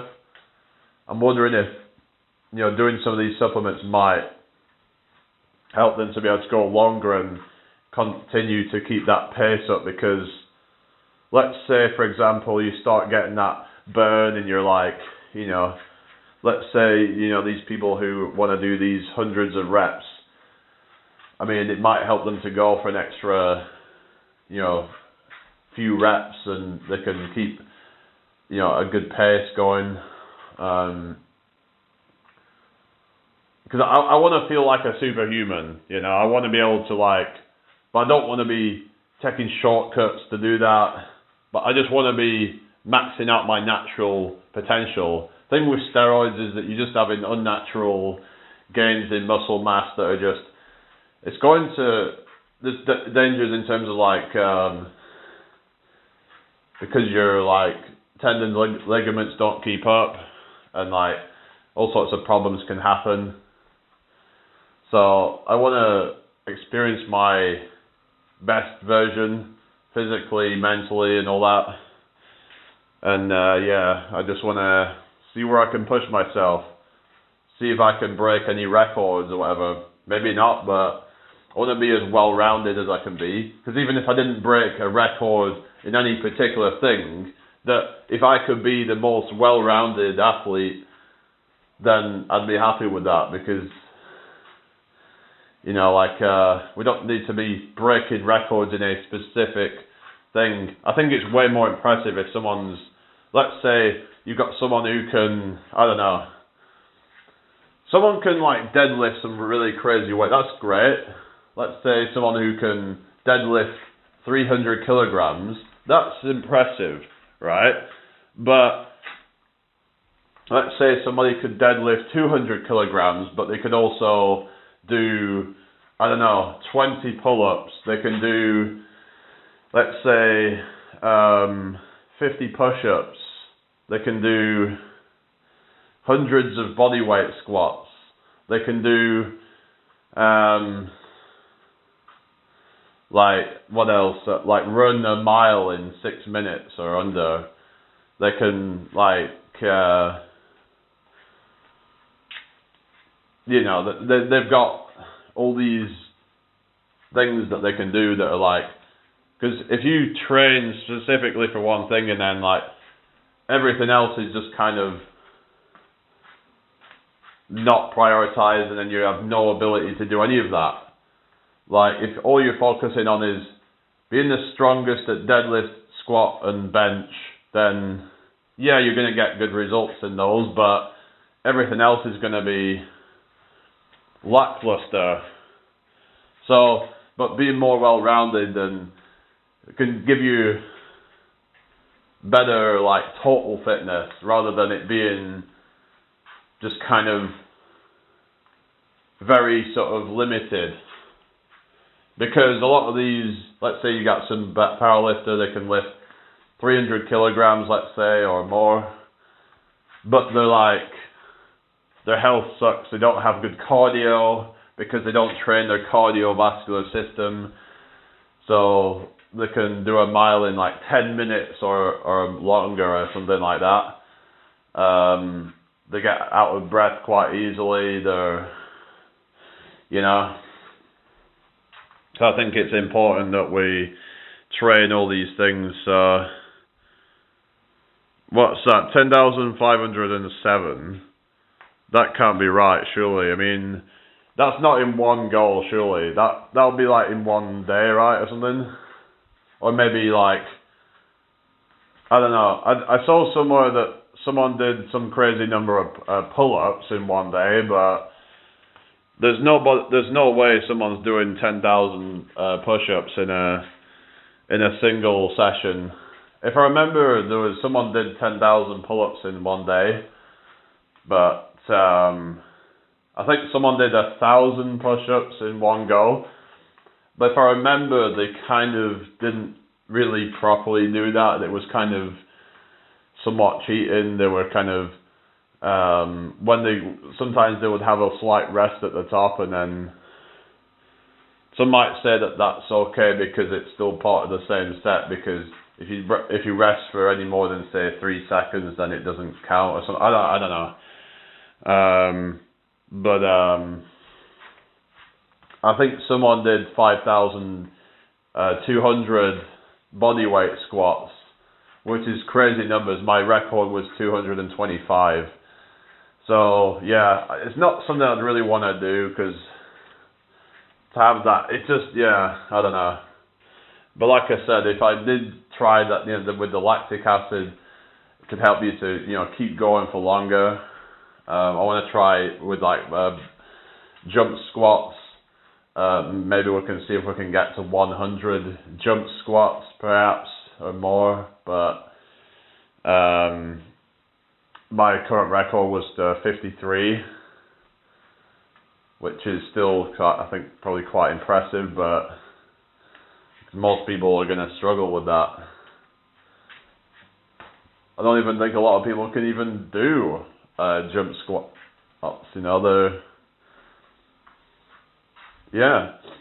a lot of people can't even do a proper squat. They can't get down to depth.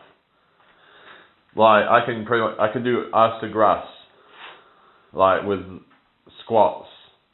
Because they don't even have the mobility to do that, a lot of people. So this is another aspect of fitness as well, is the mobility side of things, and being able to, get into those deep ranges of motion. And yeah, what's that? It's like steps for someone walking. Okay, hands. What do you mean?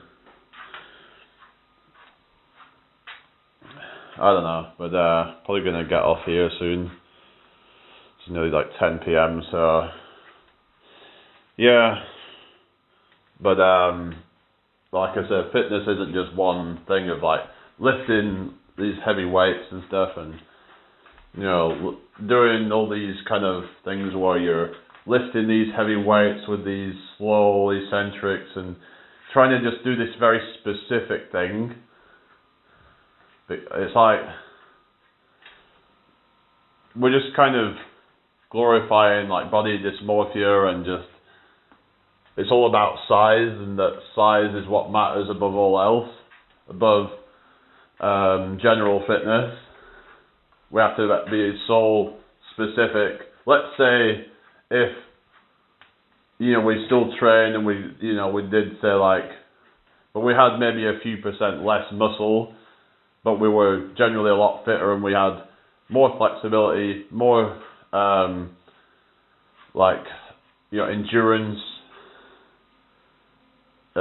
and like just more well-rounded fitness, then I would take that, because like I want to feel more energy, I want to feel more capable, and training for a specific thing will just kind of box you into that thing, and just you'll just kind of be only very good at that one thing. So anyway, so it's like people can do what they want to do. They say, oh, you should be doing slow eccentrics and whatever bullshit. Well, not everyone wants to do that. Some people are training for explosiveness, and you can say, well, you can get that on the way up, but like not everyone needs to be worrying about building slow twitch fibers or whatever. Like depending on their sport.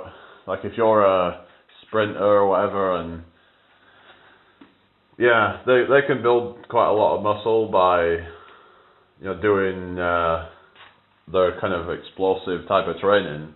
It's like if you're doing a lot of like plyometrics and stuff, that can be good for like building a certain amount of muscle. It's like, yeah, it might not be the optimal way to build muscle, but it's like everyone just all focused on optimal, and things that are suboptimal, like, oh well, there's no control on the eccentric. Well, I think that there should be some control on the eccentric on certain exercises, like especially if you're doing like heavy weights and stuff. So I think it depends really, but like there's different training modalities for different things.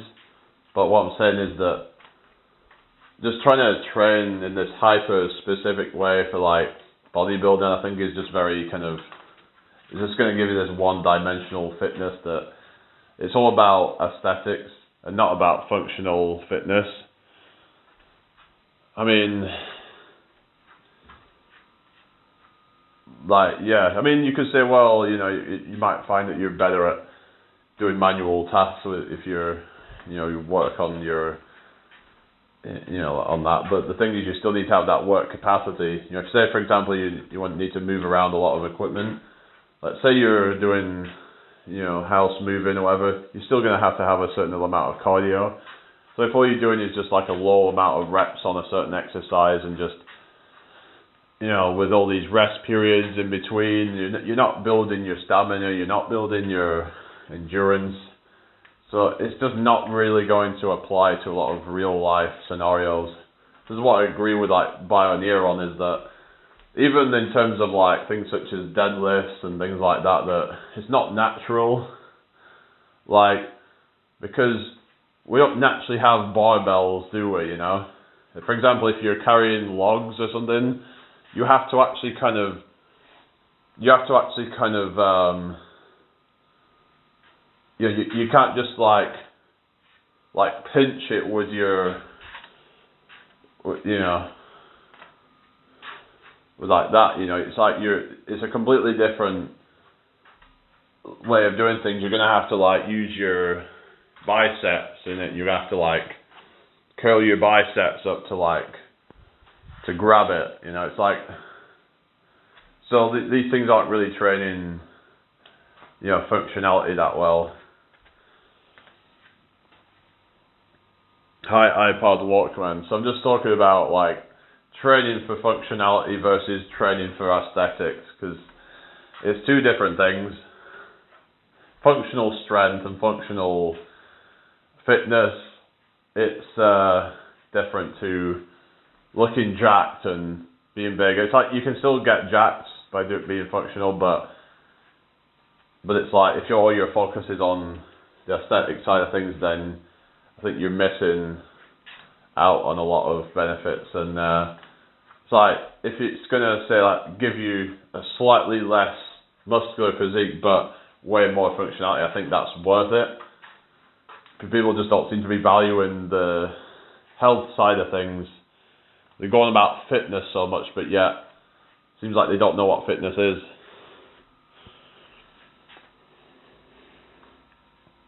They think that fitness is about, having a six-pack, and that's great, it's good to be in shape and all that, but it's like, the body should be more as a byproduct of the fitness, rather than the body being the fitness. Fitness is about being efficient, being able to carry out tasks. But if you're getting winded going up a flight of stairs, then is that really fitness? If you're not training your cardiovascular system, if you're not training flexibility, then you might struggle in certain situations. So yeah, some of these people are stiff, they don't have good mobility. So it's all about balance, is what I'd say. It's all about, some might say that's why CrossFit can be good, but the thing is, CrossFit can be a bit reckless as well, because they can do things without any like regard for like safe form and things like that. So we obviously have to do things safely, responsibly. You need to, just be responsible when you're lifting heavy weights. Don't put your back out or anything like that, But it's all common sense really, but a lot of people just want to go too heavy too quickly, and they just end up... Well, it's not about that they're going too heavy too quickly, it's about that they are... You should like test the waters with things. Like, if you're trying to go like too fast with the rep, that can be where the damage happens. If you got to make sure your form is, you work on your form to a degree. You don't need to have perfect form, but like, as long as it's adequate. Because people get carried away, they end up with injuries, and that's just going to set you back. Hi Yvonne, how you doing? Alright, thank you. Yeah, you subscribed the other day. I'm just talking about, people being reckless with their fitness and all that, and yeah. So we have to be mindful of that. What else is there to say?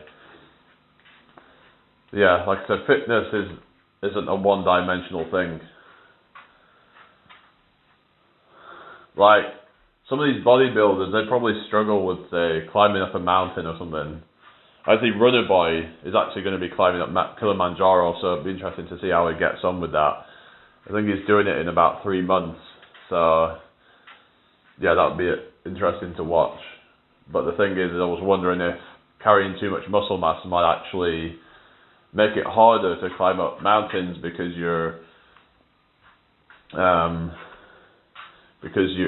requiring so much more resources yeah, whether it might take longer because your extra body weight, you're having to kind of fight harder against gravity. But you could say, well, the extra muscle mass might aid in that or something, I don't know. But I think up to a point it's okay, but I think if you're getting too big and bulky, then it's like, if you're a big bulky cyclist trying to get up a hill. So I was watching a video, I think it was GCN, Global Cycling Network, and they actually had this bulky bodybuilder go up, try and get up a steep hill, and he failed it. I mean, it was a really steep one though, I know, but it just goes to show that, and to be fair, maybe he hasn't really trained that much for cycling.